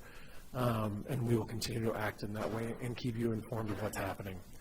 I mentioned earlier that a lot has happened in the last 2.5 weeks, both around the audit, also around the finance department. I expect that we will be posting the job description for the new finance director position probably tomorrow. It'll be this week for sure, but hopefully tomorrow. We've been taking a few days for both the mayor and I to look at it, for both acting director Lotero, acting deputy director Bajarano, and the deputy city manager myself to really take a moment to think about what is it that we need in a 21st century finance director. What are the skills? What are the things we want to get out of this individual? And so we'll be posting that again very soon. I will share that link with you all. If you all have candidates you think would be great, we'd love to get those people to apply as well. In addition to that, we spent some considerable time last week as a team. The folks I just mentioned, I'm not going to rattle off everybody's names because clearly I'm struggling to say them. But to identify a number of things, one of which is personnel. So outside of the finance director position, I'm just going to call them Acting Director Lotero and Acting Deputy Director Bajarano. We're able to identify 4 other priority positions. Those are a Treasury Officer, a Controller, and a Grants Manager. As I understand it, those 3 positions have already been posted. The 4th is a Compliance Officer position that they're in the process of creating right now so that that can be posted as well. My new Deputy City Manager, Leila Archuleta-Maestas, is the gas pedal on these positions, making sure that we are moving with every step of the process as quickly as possible to get those positions filled. Beyond that, we've also started having some real conversations around, in addition to hiring people, are there things that need to be moved, or people or things that need to be moved within the current finance department? Should some people report to new supervisors? Are people in the right spot to really contribute the most of their skills to what's happening within the finance department? We're looking at training. Are there employees who need to learn more about Munis, who didn't get any Munis training, that need to understand more about general ledgers or trial balances, whatever the case may be? And so we're trying to both deal with this in the short term and in the longer term as well. So there's a lot of movement that's going on right now. But I think based on what you're hearing from both Acting Director Lotero and Acting Deputy Director Bejarano, I think there really is a general sense that we're moving in the right direction. I was back in the budget office this afternoon, and there really was an energy and excitement from the staff who were there about the direction we're headed and what we're doing. And so we are going to continue to be as open and transparent with you. We know that in addition to the audit, people are concerned about other things that happen in the finance department, and so we are meeting regularly both to be talking about our ARPA dollars and the FY23 budget to make sure that any reporting requirements, either from the state or the federal government, are being met, and that any sort of deadlines and metrics are being mapped out in a work plan that we can share with you and share with ourselves, so that will give you confidence that you have the data, that we are moving in the right direction, and we're being as open and transparent with you as possible, okay? I've dropped her name a few times now, but I'm excited to tell you that our new Deputy City Manager, Layla Archuleta Maestas, has started. She's crushing it. She's doing a great job right out of the gate. She's not with us tonight because, she got her master's in public administration from UNM 2 years ago. Because of COVID, they didn't get to have her graduation ceremony, and they called her last week and said, we're going to march, and we'd love you to march with us. So she's at UNM right now getting her degree, which is really great. But hopefully you all will get the chance to meet her in person here very soon. She jumped in with both feet around finance issues, HR issues. She's been meeting regularly with HR Director Bernadette Salazar and with Acting Director Lotero and Deputy Bejarano. And so we're really excited about what's going to be what will primarily be internal changes about how we run city government, but will go a really long way to improving the way that we work together in city government and the way in which we serve all the residents of Santa Fe. So it's really pretty, in a very nerdy internal government kind of way, it's very exciting. I am delinquent in sending to you the most recent contracts that I signed last month and the most recent GRT. That will happen, if not tonight, tomorrow. I'm going to flag for you. I don't have the actual details for you yet, but I believe May 23rd, that afternoon at some point, we are going to have an official swearing-in ceremony for Chief Paul Joy and promotion ceremonies for the other people in the department who moved up. And so there is an official document of some sort that he's working to formalize, and when that gets done, we'll have that for you. But I suspect sometime that afternoon, you will be getting an invitation to participate in that swearing-in ceremony. The last thing I want to flag is that we've had a couple meaningful conversations in the last few weeks about our Munis upgrade that's coming. It gets, like our audit, it gets pretty complicated pretty fast. But we are in the process of working towards upgrading our entire Munis system in the first of the next calendar year, so January of 23. And what we're doing now is identifying, doing this in a really inclusive way for our city staff so that the needs of our primary users, which frankly are HR, IT, and finance, to a lesser extent, people like me who I go in and I approve personnel actions and things like that, but the people who are living it in the day-to-day, that right now we're in a position that they can, it's a term of art that I learned recently, that they can go into the sandbox and start playing around with what will be the new version of the system. And that the version that we're stepping into right now is currently being used by some 600, I think almost 700 other municipalities across the country. And so what we're going to work with ITT Director Gonzalez and others is to help identify some metrics of what we expect from staff to be doing around trainings when they're available. And so not just saying, hey, there's trainings, you guys should do them, but we expect that everyone in HR needs to understand how to use all the relevant modules and functions. Everyone in finance has to understand how to use all these modules and functions and really be direct and accountable in making sure that this transition is as smooth as possible. I've had a conversation with Finance Chair Romero Worth about figuring out a way, if there's value at either a finance committee meeting or some other session, in at least giving you all a brief walkthrough of what Munis looks like now, what it's going to look like in the future. And again, just to give you some of the peace of mind, I think there were some questions around this, in particular at the last week's finance committee meeting, about what does the system do and what can we do to make it better. And so we're going to figure out a way to make that happen for you all as well. Okay, so that's my report, Mr. Mayor and governing body. Thank you all very much. Appreciate it. Thank you very much. And we have Councilor Chavez has joined us, so let's put that into the record that we're now at full strength. Ordinarily, we would go next to matters from the city attorney and go into an executive session around issues of litigation. It is 12 minutes to 7, and we do try to get the petitions from the floor as close to 7 o'clock as possible. I wonder if the members of the governing body want to amend the agenda so that we, for example, take up the communications from the governing body. It'll take probably 10 minutes, and then go to petitions from the floor, and then come back to the executive session. Councilwoman Villarreal. Mr. Mayor, there's folks that are here for petitions from the floor and also for public comment, and given that the executive session is an update, I'm wondering if staff would be able to do executive session at the end of our meeting, at the end of our evening meeting. I think we've got a consultant who is going to beam in onto that event.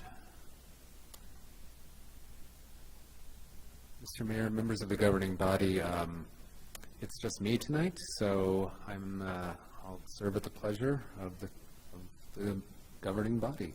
Okay, so we can move the executive session to later in our session, of course. We still plunge forward on other matters and just get to petitions from the floor as a matter of business. So can I get a motion to amend the agenda to that effect, please? I move to amend the agenda so the executive session is moved to the evening session at the end of, let's see, let me look, after public hearings. Is there a second? Second, and a quick comment. We actually no longer have an evening session, so it'll just be to the end of the agenda. Thank you. You're welcome. And I'll second that. Wait, So the motion is made and seconded to amend the agenda so that the executive session would come at the end of our work tonight. Is this roll call, or are we doing voice votes now, Madam Clerk? Mayor, to amend the agenda, it is a regular vote, so give me one moment and I will call roll. So, Councilor Lee Garcia? Yes. Councilor Michael Garcia? Yes. Councilor Lindell? Yes. Councilor Rivera? Yes. Councilor Romero-Worth? Yes. Councilwoman Villarreal? Yes. Councilor Cassett? Yes. Councilor Chavez? Yes. Mayor Weber? Yes. All right, the agenda has been amended to move the executive session to the end of the meeting. Thank you. In that case, we'll move forward with item 13, Madam Clerk, which is matters from you. That is true. It is. I'm going to go ahead. Oh, there we go. Give myself a quick moment from that. I do have a few updates. One is I just want to note we are back in the chambers tonight, and I would like to mention that our facilities team did provide an update. They installed new MERV 13 filters. They were installed on the rooftop of our HVAC units at City Hall yesterday. These filters do remove smaller air particles, and they're used to keep interior air free from the presence of COVID and other airborne contaminants. So I just want to note that. Also, behind you all, we do have an extra large purifier when we are not in session. It's actually near our timekeeping machines outside, so we do switch that, and then standard to other areas in City Hall and city offices across our city.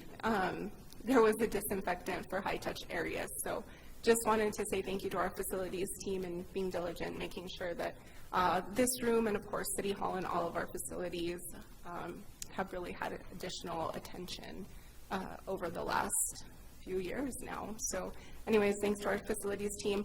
I do want to just quickly note, I think some of you saw some videos we started running on Hutton and or movie screens. We do have 2 videos that were submitted there from Environmental Services Department. One of them was a sustainability video. It was actually produced in 2020, but because of COVID, we weren't able to use it for a little while. So I will be sending out links to both those videos. And of course, one of them is the My Santa Fe video. It's also streaming in theaters before movies start. So that kicks me into my next segment. We're going to be sharing these videos before our Santa Fe summer movie series, which is, of course, kicking off in June, and I'm very excited to have this event back.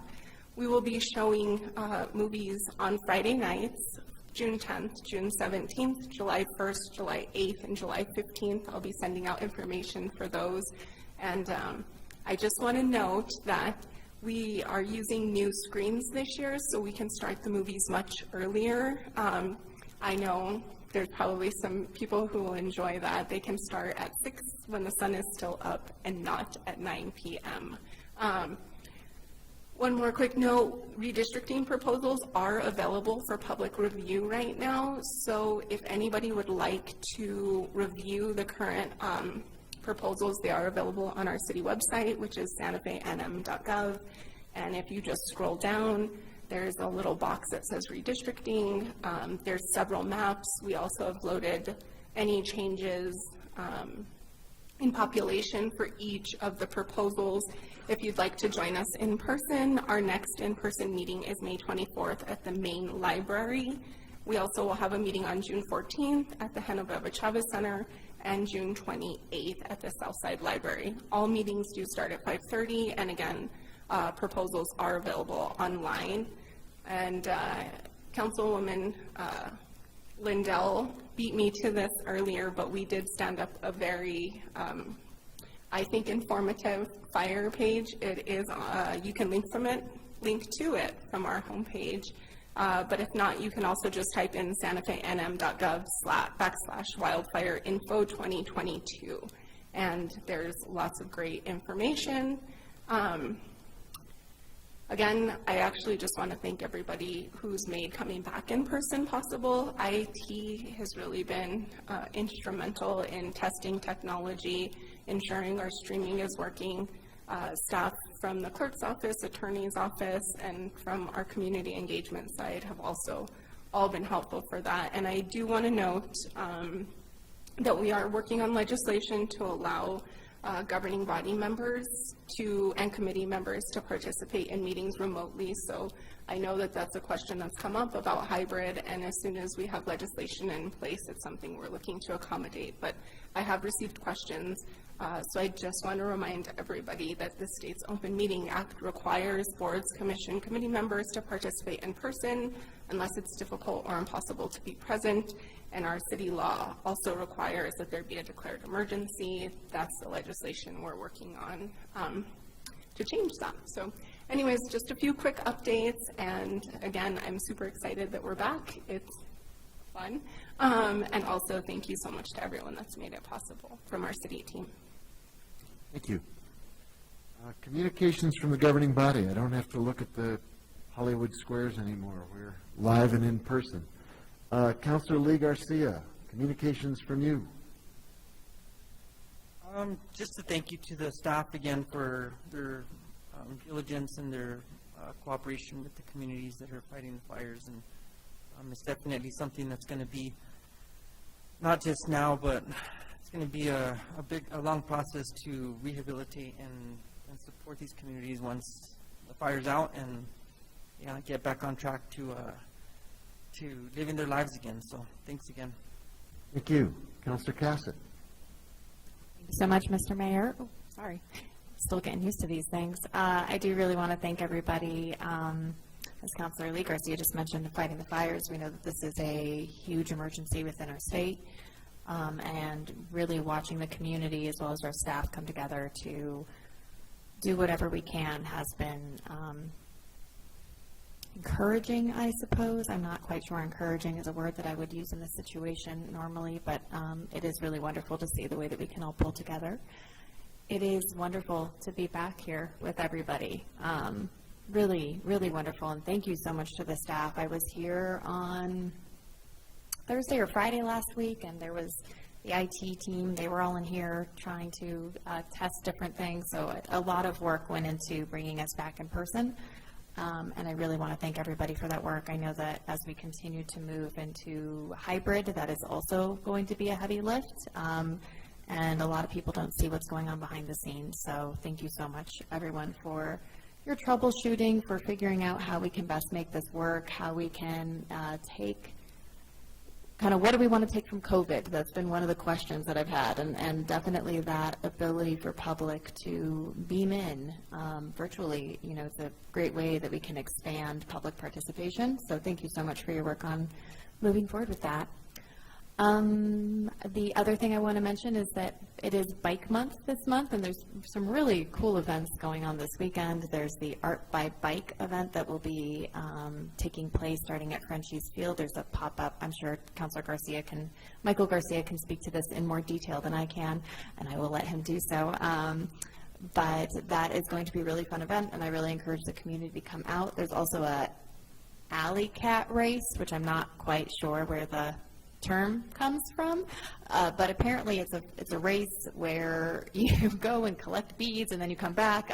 So that's starting at Tumbleroot, and one of my constituents and also a member of BPAC is organizing that, Mr. Phil Lucero. So I highly encourage everybody to get out there. There's a lot of wonderful opportunities for us to come together as a community as we move forward into summer.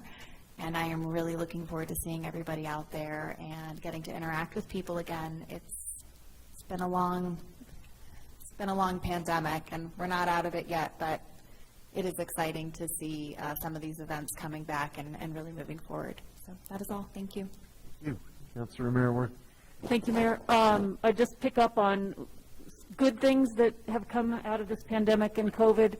I think the ability for the public to be able to watch not only the council meetings, the governing body meetings, but our 3 standing committee meetings on demand and live is something that I had advocated for when I was first elected, and you know, it was an impossibility then, but COVID, nothing like an emergency to, you know, kind of move the ball on things that I think are overall beneficial. So just want to flag that you can continue to watch the 3 standing committees of the council on demand and live, and that's a great thing.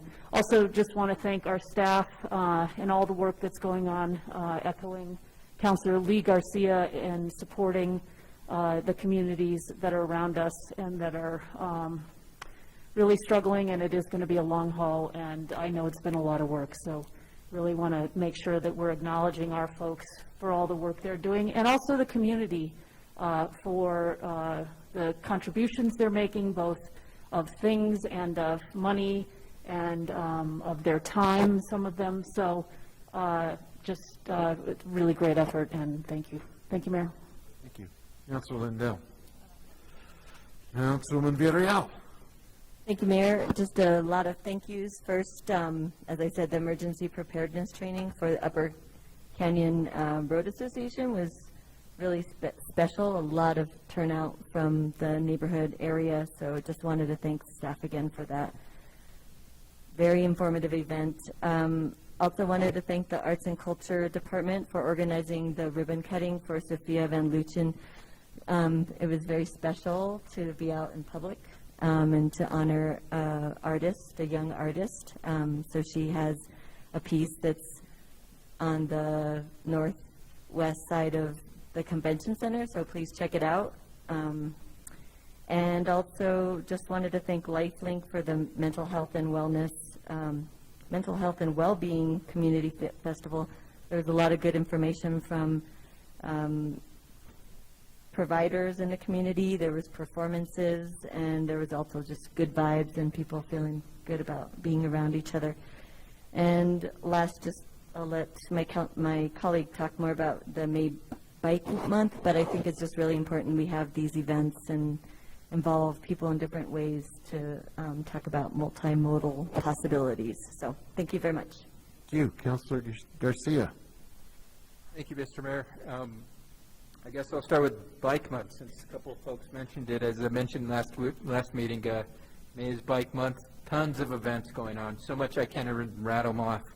I would direct everybody to SantaFeBikeMonth.com. Full list of what's happening. You've got things like talks, as Councilor Cassett mentioned, kind of what I would call a bar crawl, for lack of better words, on a bike. Be safe, wear your helmet.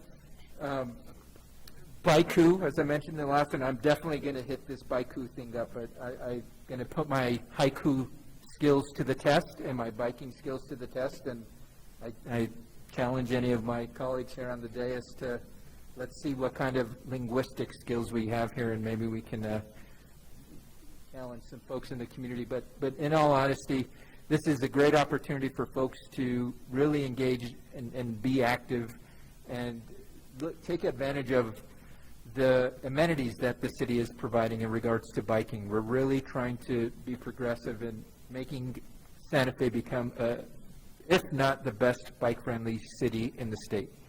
So again, SantaFeBikeMonth.com, check it out.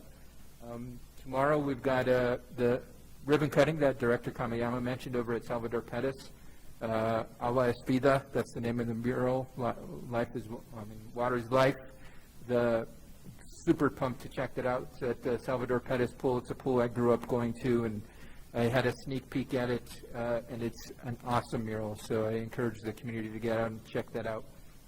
And last, just many, many kudos to the team that it took to get this room prepped for us to be here. I mean, all the folks making the magic happen behind the scenes, thank you. I just want to take my hat off to you and give you now I can give you a COVID-safe high five. So after this, all the IT folks, if I haven't given you a high five already, just know it's coming. And then to everybody here, it's awesome to see everybody here this evening.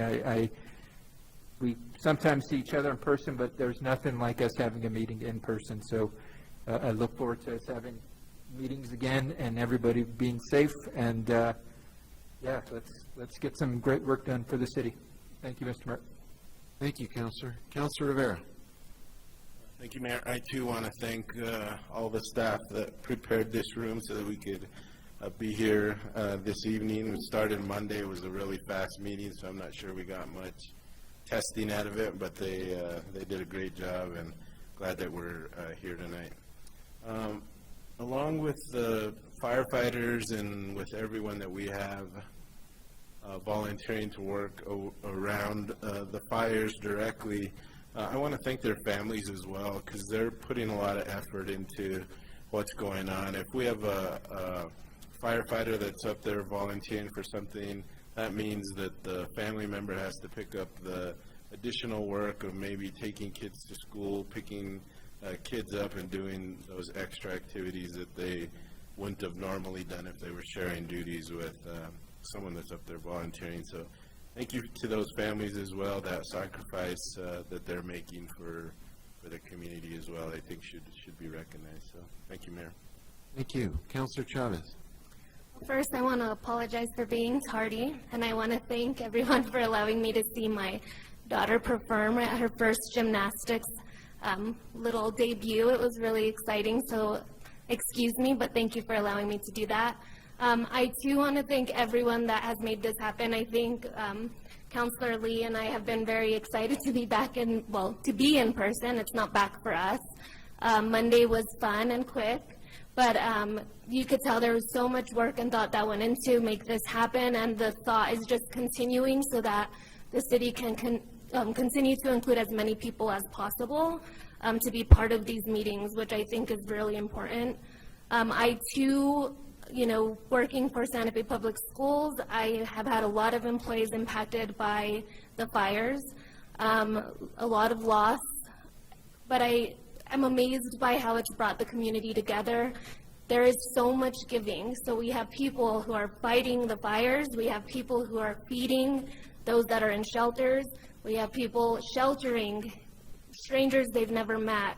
So, like the pandemic where we see people doing amazing things, we're seeing it again. And I think that's kind of the light in the darkness of these events. So I want to just acknowledge all of those individuals that have given so much during these tough times. And we have fun events. So we have the bike events this weekend. We also have the Home Run Derby on Saturday at Regal at 10 a.m.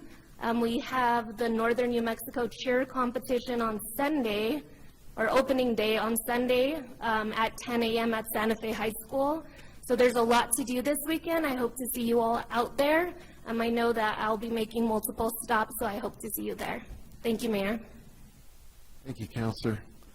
I think you captured the place we're in right now, between the heavy burden of fighting the fire, the fact that COVID hasn't really left us. We have cases still spreading, and we're dividing up, even tonight, taking off masks, putting on masks, being conscious of the need to stay safe.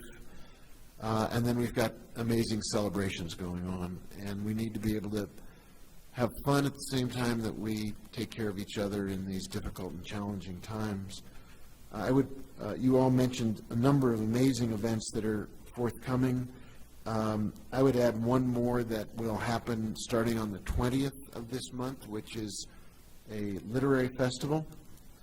Our editorial group calls it the first annual literary festival, but it can't be both first and first annual. It's either annual or the first. It's the inaugural event, but it is going to be a remarkable addition to the arts and culture scene of Santa Fe. We already have an amazing arts and culture program set up for this summer. Traditions will be returned to in-person. Great summer in front of us. This is a new addition to the schedule, and please check it out. There will be some remarkable authors, storytellers, people from here, but also from outside of Santa Fe. So I encourage everybody to take advantage of that opportunity. And also continue to be kind. That Councilwoman Villarreal was absolutely right about that event on the plaza for mental health and well-being. Our kids are under enormous stress. They've been under stress for several years. Our families are dealing with serious after effects from COVID that are not only financial but emotional, and dealing with serious mental and behavioral health issues. So be kind, help each other, help our community heal in body and in soul. Thank you. Item 15, Madam Clerk, 15A and on. Item 15A is introduction of legislation. As a reminder, we don't have a vote on these, but we do introduce them, and if the sponsor of the legislation would like to do a short intro, they can do that. So the first item that will be introduced is consideration of a resolution. It's sponsored by Mayor Weber. It's a resolution amending the name of the Santa Fe Film and Digital Media Commission to the Santa Fe Film and Digital Media Council. So again, this is just a quick introduction. Mayor, I'm not sure if you want to say anything. I think it speaks for itself. Let's go to the next one. All right. The next item is B. It's consideration of a bill. It's sponsored by Councilor Romero Worth and Councilor Cassett. It's an ordinance relating to the City of Santa Fe Uniform Traffic Ordinance, also known as the UTO, amending Section 7 of Schedule A to prohibit the municipal court from notifying the Motor Vehicle Division of the State of New Mexico when a person fails to pay a penalty assessment within the required period of time. I don't know, Councilor Romero. Yeah, I'd love to just say a couple quick things. This is the second bill that I'm bringing forward under the broad umbrella of fines and fees. And I just would read from the memo that this is an idea coming out of the Fines and Fees Justice Center, which advocates for the elimination of the suspension of driver's license based on the failure of a driver to pay penalty assessments. And according to the Fines and Fees Justice Center, 40% of drivers who lose their licenses also lose their jobs, and those who are able to find jobs take significant pay cuts. So we don't want, I think, drivers having to make a choice between losing their job because of a lack of transportation or to continue driving on a suspended license and risk additional fees, fines, arrest, and possible incarceration. During COVID, we did not send notices to MVD for failure to pay, and this would memorialize or require by law that that practice continue. So look forward to talking about this as it moves through committee. Thank you, Mayor. Thank you very much, Mr. Mayor, and thank you, Councilor Mara-Worth. I think what I would just add to both this and then the ordinance that I was not here for the introduction of is really this conversation about how do we ensure that we are doing the best by our community, and that if individuals, if they make mistakes, I mean, oftentimes a parking ticket truly is a mistake, but, you know, if we are looking at these pieces, how do we make sure that we are allowing individuals to, you know, rectify the challenges, but also that they can still be productive members of our community, because that is ultimately what we want, and we want individuals to be able to go to work, to support their families, and we don't want their lives to be sidelined by things of this nature. So I really do want to thank Councilor Mara-Worth for her work on this and for allowing me to join in on these efforts, as well as the Fines and Fees Justice Center and some of the team that we've been working with there who have just been incredibly helpful and incredibly passionate and really thinking about what are some of these opportunities for our community. And then I will mention that Councilwoman Villarreal has signed on as well as a co-sponsor. So thank you very much, Councilwoman.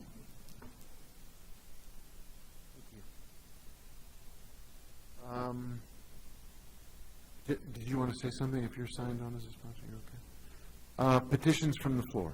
You are correct, Mayor. If anybody would like to come up for petitions from the floor, they can do so at this time. And I would mention we do have public comment on bills, which is different from petitions from the floor, and we do have public hearings. So if it's something that will be covered either in those two categories, wait for them. If it's unrelated, you have the floor for 2 minutes. Please step up to the mic. Thank you, councilors and mayor. I am just wondering if there is a public... We need your name, sir. Joe Shubs, Santa Fe, New Mexico, 200 Valle del Sol. My question is there actually a public safety committee?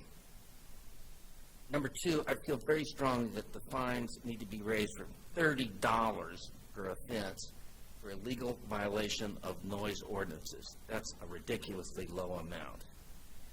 Number two, the chief does see the noise issue as a major problem for both the hotels and the neighborhoods. This new chief, I think, is much more attentive to these issues.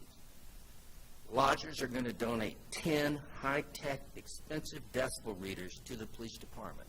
That's the only piece of equipment, other than stuff you buy on Amazon, that will give the police chief a tool to really control the noise, because he'll be able to document the time, the place, and how loud it was, and all that. Number three, I spoke with officials in Knoxville, Tennessee today. They have completed a successful 40-day trial period with an English company called 24 Acoustics, which does have noise cameras. They're very pleased with them. It records the noise from a specific car. It notes the time, the location, and it issues a ticket. That is a no-brainer, in my opinion, so I've asked for pricing for both training and purchase. That's big. I mean, that could change the whole country, a noise camera. The other thing is the police force does not have an encrypting system, is my understanding, because every time I realize this when I call the police at night, and they encourage this, within 2 minutes, all those punks leave, because they're listening in with $79 Amazon police scanners, and they split. And the chief, I believe, told me we don't have an encrypted service, meaning they cannot communicate among themselves so that anybody in the criminal world can listen in. So those are just some things that if there is a public safety committee, that somebody would follow up on this stuff. I'll keep following up on it, but really concerns me that maybe I'm the only person that's freaking out about this, because I'm in the hotel business, our neighborhood's a nightmare.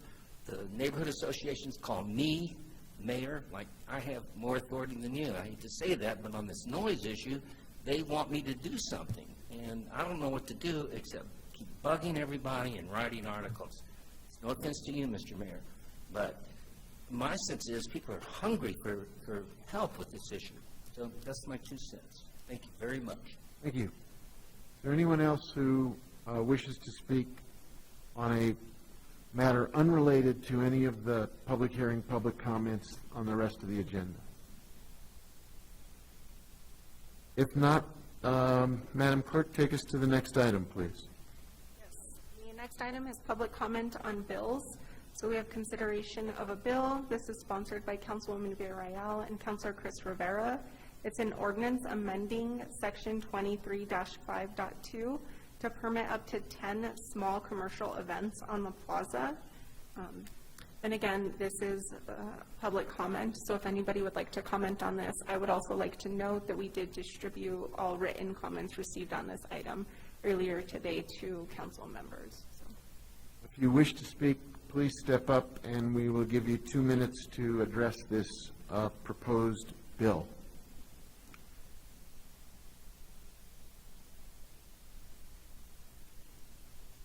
Good evening. My name is Kevin Bowen. I am the president of the Human Rights Alliance here in Santa Fe, and what we do annually is put on Santa Fe Pride, which next month is Pride Month, so we invite everyone to come. I'd like to make some comments about the bill, specifically being the person involved, working with the city, working with the Special Events Department.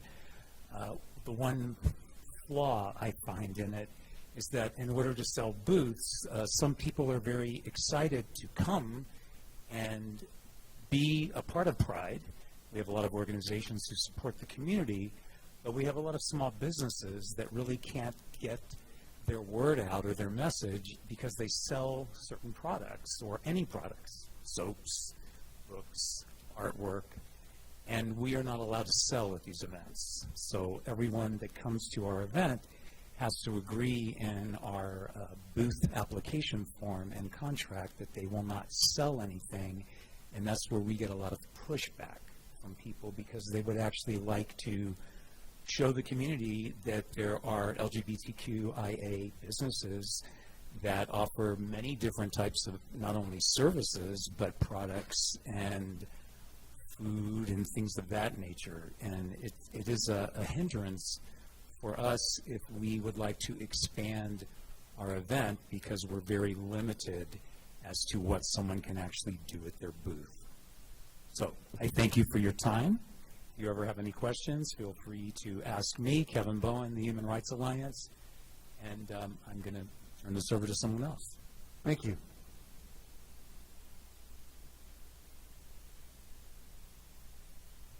Good evening, Mayor and Councilors. Jamie Lenfesti, I'm the Director of AMP Concerts in Santa Fe. We are the new, relatively new, going into our second year of producing the Plaza Concert Series. Hopefully you've all been able to come down, and we're very excited to be bringing music back to the Plaza starting on June 9th this year. We just have addressed with some of our fellow organizations who present things on the Plaza that the Plaza is a sacred space for Santa Fe. We feel like we treat it that way. We feel like sharing music on the Plaza is a huge part of summer in Santa Fe, but commerce is a part of that. And we're not looking to create huge commercial events. We're not trying to create another Spanish market or an Indian market, but by offering the opportunity to a small number of vendors to be able to participate in the thousands of people that music brings together on the Plaza, it just makes common sense, quite frankly. And we have Rashawn Ahmad, who I think is going to speak next to you. We really started down this path with him around the Juneteenth celebration, which we began last year, which was a huge success for Santa Fe, and we think we're going to take a big leap forward with that this year. And we just want to be able to have these events be a little more inclusive of all of the people, as Kevin said, who bring life to the Plaza. Let's engage with them and allow them to bring commerce as part of that life. So thank you all, and on to the next. Thank you. Thank you. Hello, everyone. How are you all doing? My name is Rashawn Ahmad. I'm a father of 2 boys raised in Santa Fe Public Schools. I'm also on the city's Arts Commission and the Film Commission, or maybe future Film Council. I wanted to voice my support for this and would also like to give a different context of why it's important. The summer of George Floyd started so many conversations among black folks in Santa Fe. Anti-black racism, gaslighting, feeling unsafe, and that the city doesn't want us here. The tricultural narrative doesn't include our history, perspective, and because of our low numbers, it continues the harmful and invisibilizing narrative that there are no black people here. Black people here deserve the opportunities and rights of other groups. Last year, as a conscious effort to be seen and centered, we launched the first Juneteenth celebration on the plaza. Over 2,000 people came to celebrate, and it was so, so beautiful. Although some black folks did not come, bring their children or their family because they didn't know if it would be safe. Also, having black folks primarily be the entertainment to a crowd of predominantly non-black people could also create a harmful narrative. When vendors are part of an event, especially a cultural one, think of what else gets to happen. The products are usually a reflection of that culture's history and beauty, but you also get the conversations and a widening scope of understanding of that group. When black folks ask if they can be part of Juneteenth, it breaks my heart. Black elders who ask if they can come with their group to sell things they knit, no. Black and biracial teenage girls ask if they can sell the poetry books they create, no. Black jewelry makers, local authors, and artists want to be included, no. Why? I don't know, the city won't allow it, and apparently it's too much trouble to figure out a solution. I know there's probably a bunch of unintended consequences of this, but for now, one of them is African Americans in Santa Fe, New Mexico in 2022, post-George Floyd, Sandra Bland, with all the diversity, equity, inclusion talk, do not have a day to be centered, seen, loved up on, and treated as a group that is deserving of the city's support to have our culture fully present in the plaza, and it's heartbreaking. Please find a way to include us and all the other groups who deserve to be seen and heard, and bring locals back to the plaza. Thank you. Thank you. Anyone else who wants to speak to this bill? Very good. Madam Clerk? Yes, Mayor, the next item is final action on legislation. This is consideration of Bill number 2022-7. It's an adoption of an ordinance. This is sponsored by Mayor Weber, Councilor Romero Worth, Councilor Michael Garcia. It's an ordinance relating to the City of Santa Fe's Office of Economic Development Plan Ordinance, SFCC 1987, Section 11-11. This is approving and adopting a local economic development project participation agreement between the City of Santa Fe and Beck and Bulow LLC for design, development, and construction of tenant improvements, lease payments, and expansion of a corporate research center, a local economic development project. And Mayor, I do just want to know, I believe Casey is standing in for Rich Brown, if we have any questions on this. Great. Casey, you want to, well, why don't we get a motion on the floor and then we'll go from there. Move to approve. Second. There's a motion and there's a second. And Casey, do you want to speak to this? Give us an overview, give the public who's listening, perhaps being introduced to these opportunities for the first time, describe what these are and what the council is being asked to do.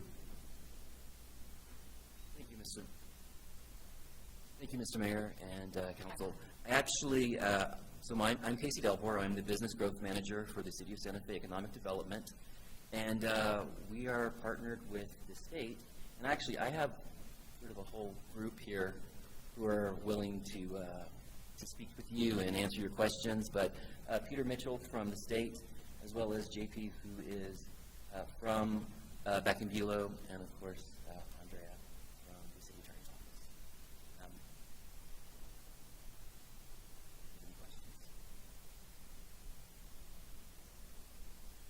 Thank you, Mayor. Thank you, Mayor, members of the council. I'm Peter Mitchell with the State of New Mexico Economic Development Department, and I think most of you know about this, what we're trying to accomplish here. We're trying to pass an ordinance for a LIDA grant to Beck and Bulow, Buffalo, that ultimately will, they're going to invest $1.2 million in capital expenditures in this bill, create 40 jobs over 10 years in addition to the 7 they have. There have been some misconceptions about the wages that we're talking about. One of the documents, the project participation agreement, said that it will start at a minimum of $13 per hour. The wages actually project to be $17.34 an hour over the term of the 10 years of hiring. And the document also says that a full-time worker is 32 hours a week. 32 hours a week is what qualify them for our job training incentive program reimbursement, but they are all offered full-time at 40 hours a week. So we've been working with JP and his colleague, Tony Beck. If any of you haven't been to the store, they're doing great things. They recently acquired a fish processing facility in Kodiak, Alaska, which they will be incorporating into their business model and their product line here.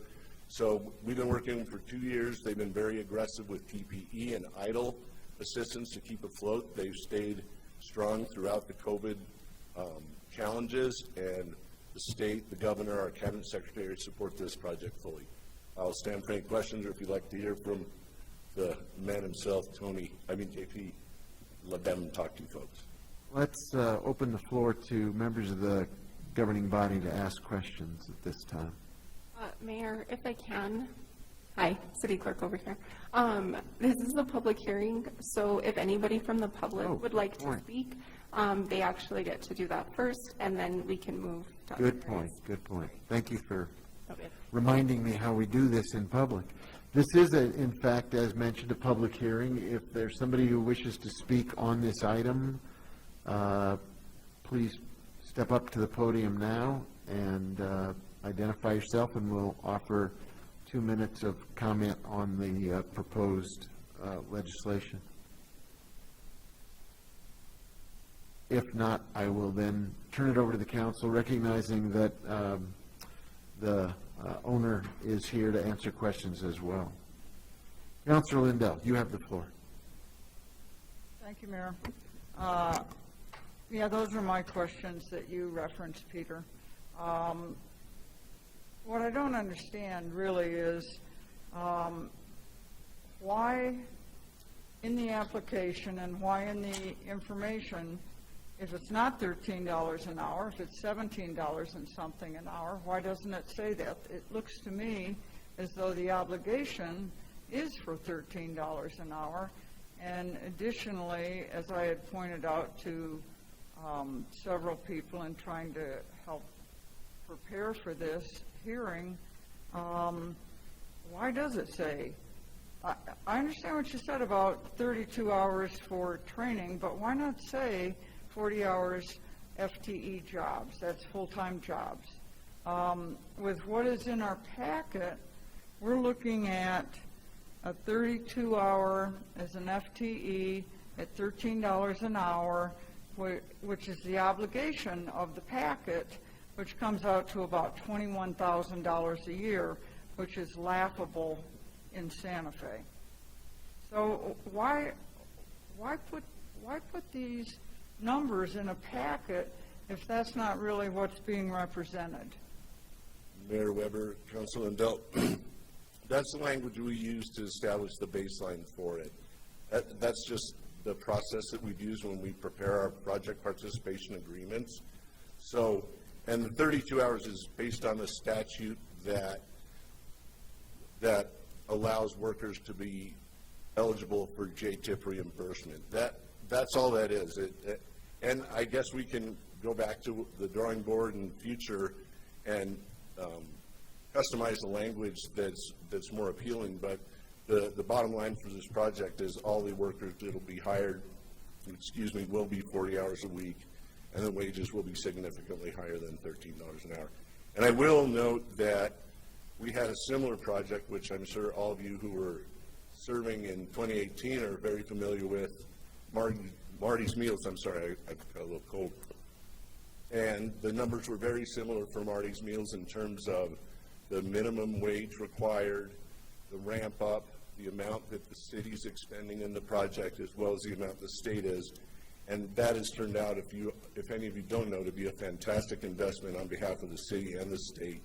And so I have full confidence that this project will be equally as successful. And I agree, Councilor, that we need to readdress that language. But to explain it, it's just the baseline language that we've used before.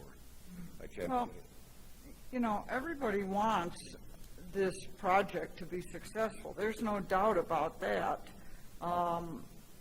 Everybody wants to support this business. I do too. But we've got to do better with these packets, because what I'm being asked to endorse here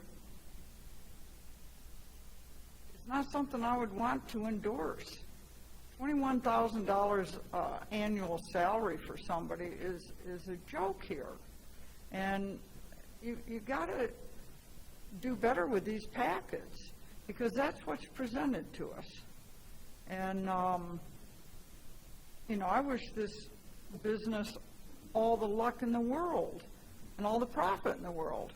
I hope they do great. But what's presented to us is not something that I would want to endorse. I'm going to support this because of the business itself, but I would really ask that in the future these packets reflect more of what the business wants to bring to us and more of what we want to ask of the business. Thank you, Mayor. Thank you. Other questions or comments? Mayor? Council? I just want to reemphasize, can you tell us, are these full-time jobs? Mayor Weber, Council Romero, yes, they are. And what is the salary range? The salary range is, JP knows it better than I do. Maybe you can introduce yourself. John Paul Bulow, also known as JP, Mr. Ware, Mayor, and councilors. So right now we have 7 employees. In 2021, we hired 4 of those employees through the JTIP program. Very grateful for that program. It helped us through COVID. And we hired 2 of those employees at $17.50 an hour, another one for $20.50 an hour, and another one at $21 an hour. So well above minimum wage, well above comparable wages in Santa Fe for similar positions. One of our employees actually came from a different location because he could get paid more. And all of those JTIP employees have stayed with us. They've received wages. They love their jobs. One of my employees bought a new truck, which is a little nicer than some of the other people's trucks that work in the company. So, yeah, we love Santa Fe. I really love hearing everyone's optimism with COVID and the fires, seeing the silver lining. We kind of feel the same way through COVID. We were able to be nimble and see the silver lining. So we hope to provide many more jobs for Santa Fe that are competitive and that people love, that can become career paths for those people. Thank you. Thank you. Thank you, Mayor. That's all I have. Just wanted to make sure we didn't have any confusion about what's being offered here. Thank you. Thank you. Other questions? Casey, I don't know if this is, I know Rich is banged up, so I'm going to throw you a pitch and see if you can swing at it, Casey, if you can. The economic development team has priorities for economic development, for growing industries in Santa Fe. I'm wondering, Casey, why this business and how does it fit into the larger strategy? You can let Casey step up. Casey, to the bat. Yes, Mr. Mayor, I can answer that. So the value-added food industry is one of our sectors for growth. It is something that we are passionate about and something that we are trying to nurture and to develop, as it is something that will benefit the community as a whole. Thank you. So I think it's important to note that this is not just a random selection of a company that we like, we don't like. We're talking economic development strategy, nurturing a sector, building on a successful enterprise, trying to help them grow as part of a larger ecosystem that we are focused on. That is correct. Thank you. Any other questions, comments? Madam Clerk? All right, this is a roll call vote also, so just as a heads up. Counselor Michael Garcia, Yes. Counselor Lindell, Yes. Counselor Rivera, Yes. Counselor Marworth, Yes. Councilwoman Villarreal, Yes. Counselor Cassett, Yes. Counselor Chavez, Yes. Counselor Lee Garcia, Yes. Mayor Weber. Yes, Motion has been approved. thank you. Thank you for being here, Peter, and JP, and Casey, and Andrea. Madam Clerk, can you take us to the next item? Yes, the next item is consideration of Bill Number 2022. It's an adoption of an ordinance sponsored by Counselor Cassett and Councilwoman Villarreal. It's an ordinance amending Table 14-6.1-1 of the Land Development Code, the table of permitted uses. This is to permit small and large preschool and daycare facilities in all zoning districts except industrial districts. Sorry about that. Mayor Weber, I believe Daniel is here, and he's already at the podium on this item, and this is a public hearing. This is also a public hearing. Yes, it is. Okay, let me do what we did last time, just for convenience. We'll entertain a motion, we'll get Daniel, we'll get the public, we'll get some discussion. Move to approve? Second. There's a motion on the floor to approve, and it's seconded. Daniel, do you want to introduce this topic to us and the public? Yes, sir. Good evening, Mr. Mayor, members of the governing body. You've seen the presentation on this before. I can give it again, but I can also just do it orally quickly here. As you heard, the title kind of says it all. We're removing essentially the special use permit requirement for child care facilities in all residential districts, and then we are also removing child care facilities from being allowed in any industrial districts. So that's the long and short of it. The idea is to relieve the burden for child care facilities from our point of view from having to do a special use permit, which requires public hearing, notification requirements, as well as a $1,000 fee, consultant fees, et cetera. So that's essentially what the proposal is here today. Thank you. I think before we go to the public, I'd like to give the sponsors a chance to provide some context as to the purpose and the overall framing of this measure. So I don't know who wants to go first. Councilor Cassett, then Councilwoman Villarreal. Go ahead and jump in. Thank you so much. And as I say, you all frequently hear me wax poetic about the needs for childcare, and I'm more than happy to do it again. So this effort, this bill, is part of a larger effort to expand access to affordable, high-quality childcare within the city of Santa Fe. The city of Santa Fe is considered a childcare desert. 2019 report stated that we only had space for 7% of the infants born in the community. So there are a number of issues, a number of barriers when it comes to individuals being able to access childcare. And one of them is that there just are not enough spaces. So when we were looking at ways that we can expand the number of slots, childcare slots available in the community, we started having discussions about what some of the barriers are for individuals to expand or to establish new childcare facilities, and some of that is making it through the land use process. In case anybody is wondering, childcare is not necessarily a very lucrative business, and so when there are these additional fees, when there's this additional time, it really can pose a barrier for individuals being able to open. So there are still some other pieces that we need to be working on. As you all know, with the ARPA dollars, we just approved close to $1 million that will be going towards a professional development program as a partnership with the Santa Fe Community College. This is another one of the huge issues with being able to expand access to childcare in our communities is we simply do not have enough teachers to meet the ratios for childcare providers.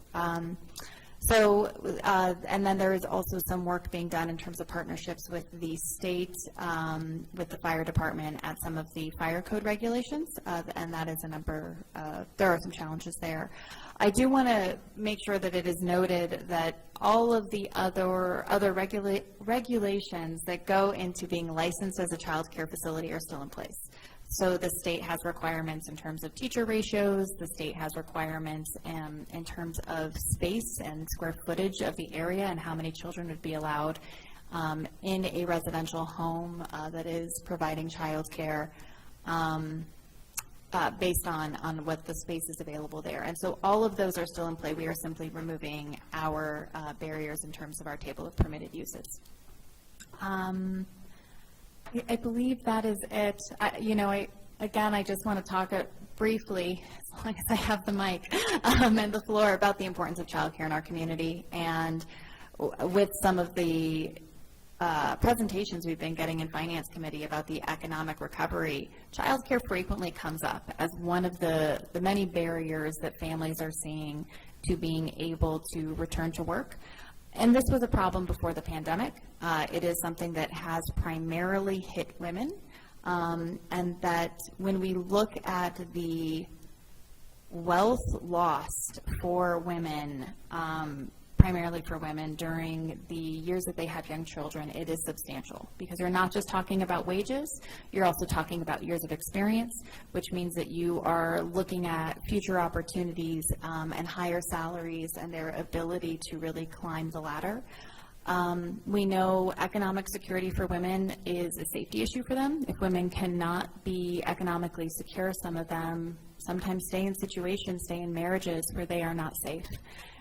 So this is something that I'm really passionate about, is how can we ensure that women, young mothers, young parents, young families really have the economic opportunities to thrive in our community. And childcare is a big piece of that. So I will continue to beat this drum. I'm really excited about this moving forward, as well as the ARPA dollars, as well as a plug for the Gov, that expansion of free childcare. If anybody is listening and you have not seen, and you have a young child, and you have not gone to, I think it's if you Google "Am I Eligible New Mexico," you can see if you are eligible for free childcare. And we have, in this state, they've really expanded the eligibility criteria, and a lot of families are now eligible for free childcare. So since we know they're going to be able to pay for it, or have the state pay for it, we need to make sure that there are enough slots in our community so that they can access it. And thank you so much. Thank you. Councilwoman Villarreal? Thank you, Mayor. Well stated, Councilwoman Cassett, a wealth of knowledge, and I commend you for taking the lead on childcare in general, the issue for the governing body. It's nice to be able to have that, be the forefront, because in the past we didn't necessarily have council people that had children, young children, so it's a good change. And I just wanted to say that this is just one step of many things that we can do to support daycare and the daycare and preschool sector, and ultimately supporting our little ones, because this is a gender justice issue, this is an economic security issue, and it's really just supporting the overall well-being of our community. So thank you very much. That's all. And also just one thing I forgot to say, that it's really good to meet you, Daniel Alvarado, because we've never seen you in person, and thank you for being here. Yes. Thank you. Nice to see you all in person as well. Thank you. With that framing from our sponsors, this is a public hearing. If there's somebody who wishes to speak to this bill, now would be the time to step up and take 2 minutes to address the governing body.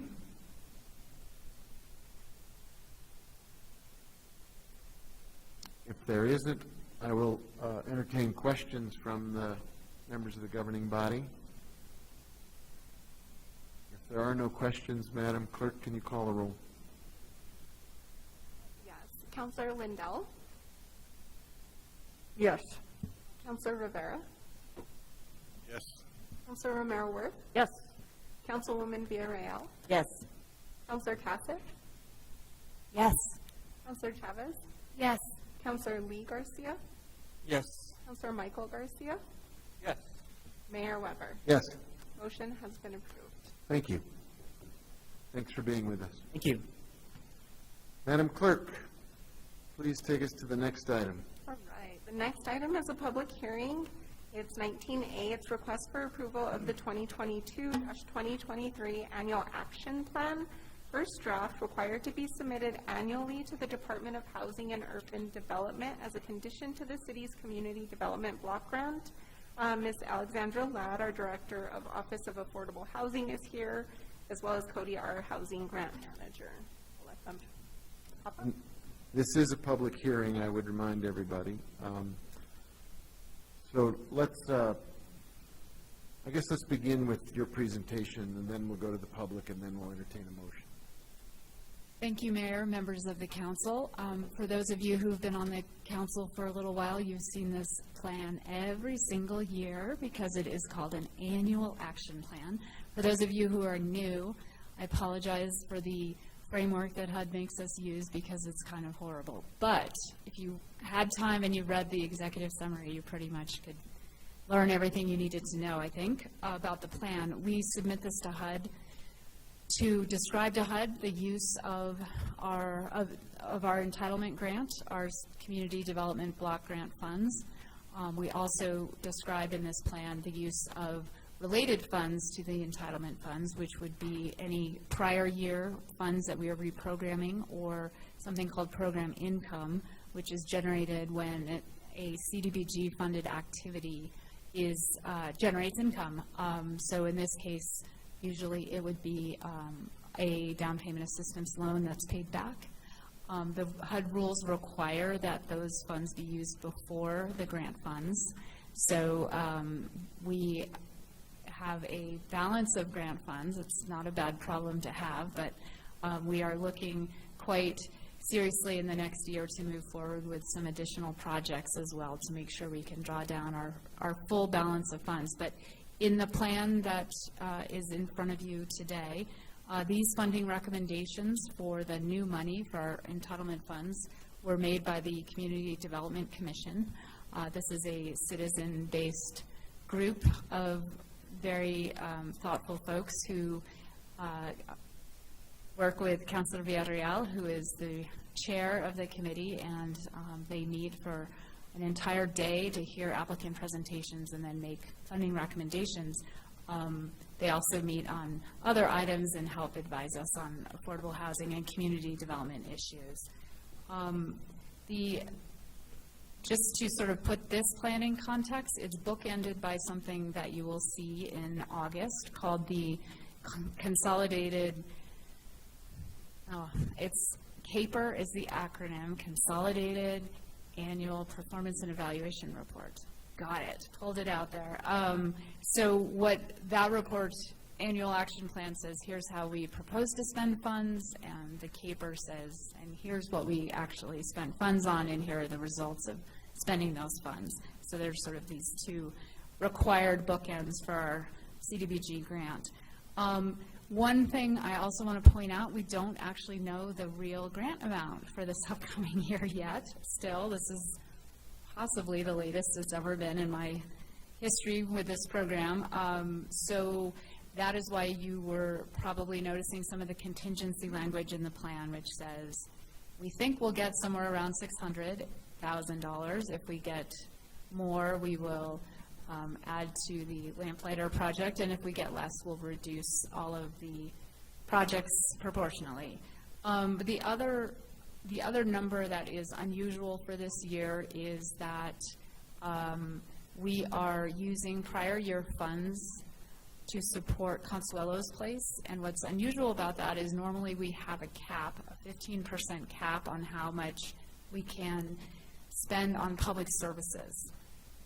But for funds that came from grant years 2019 and 2020, HUD removed that cap for the public services because so many needs related to the pandemic were also related to needing more and expanded public services. So we are using prior year funds from 2019 and 2020 to support Consuelo's Place.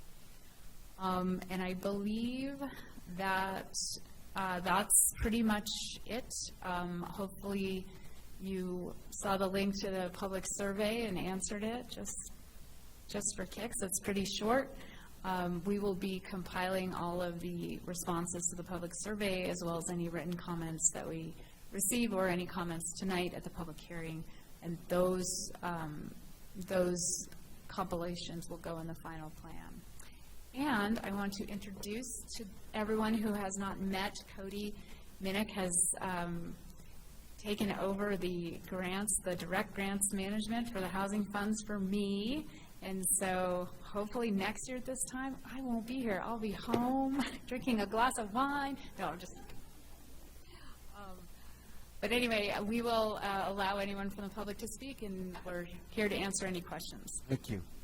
So this is a public hearing. As earlier noted, if there's someone in the room who wishes to come to the podium and address this request for approval, please step up now, and we'll give you several minutes to speak to it. If not, I would entertain a motion.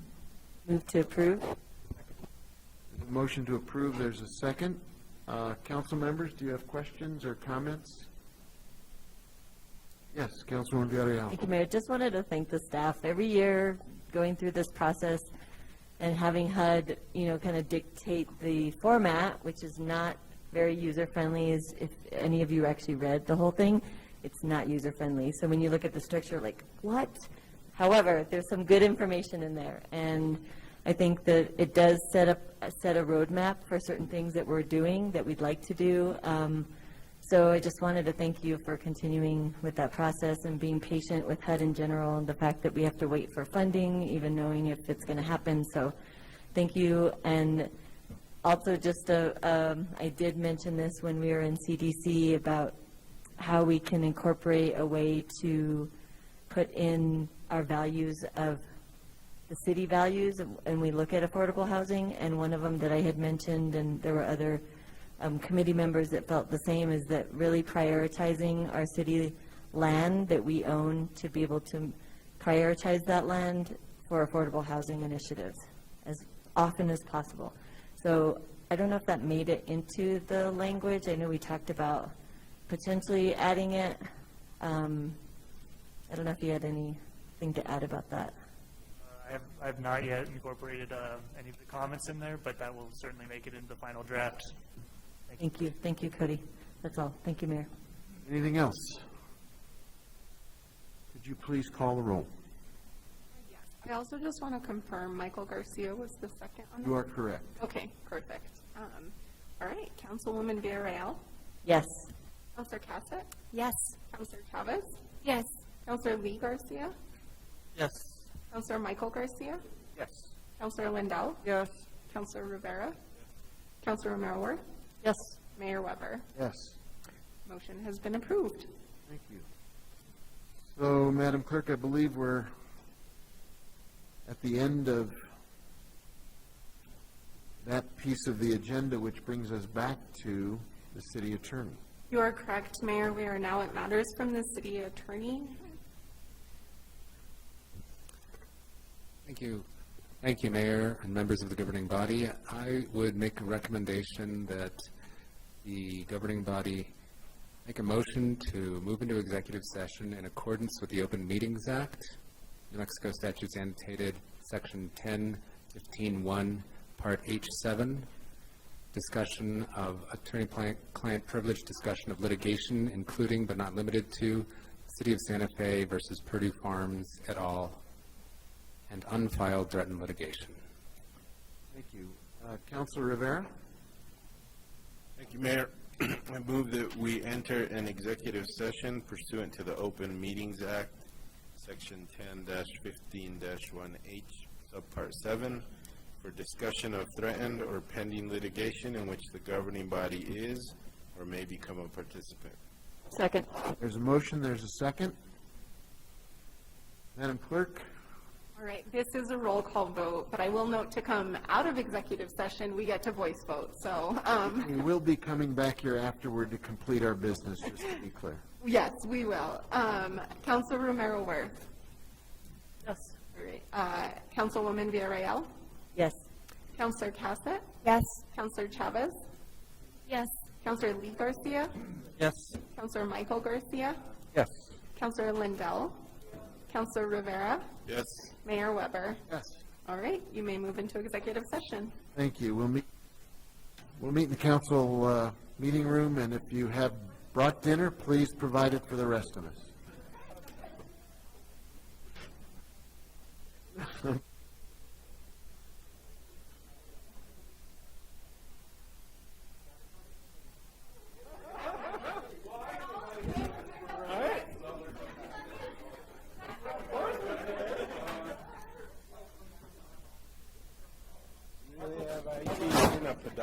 for you. You know how long this will take? I don't want to keep you, that's the whole thing.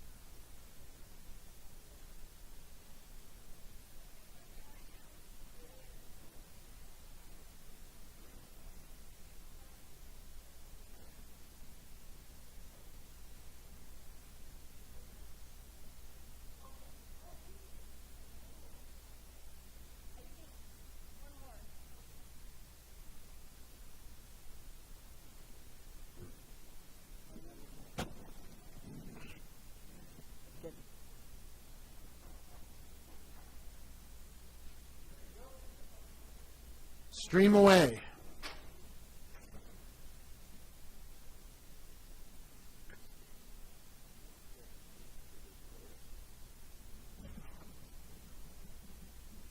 We are back live on the channel. We are out of executive session, and I recognize Councilor Rivera to bring us back. Thank you, Mayor. Pursuant to the Open Meetings Act, Section 10-15-1J, I move that the governing body reconvene in open session and state for the record that the matters discussed in the closed session were limited to those specified in the motion for closure. Is there a second? Second. We have a motion, we have a second. This is a voice vote.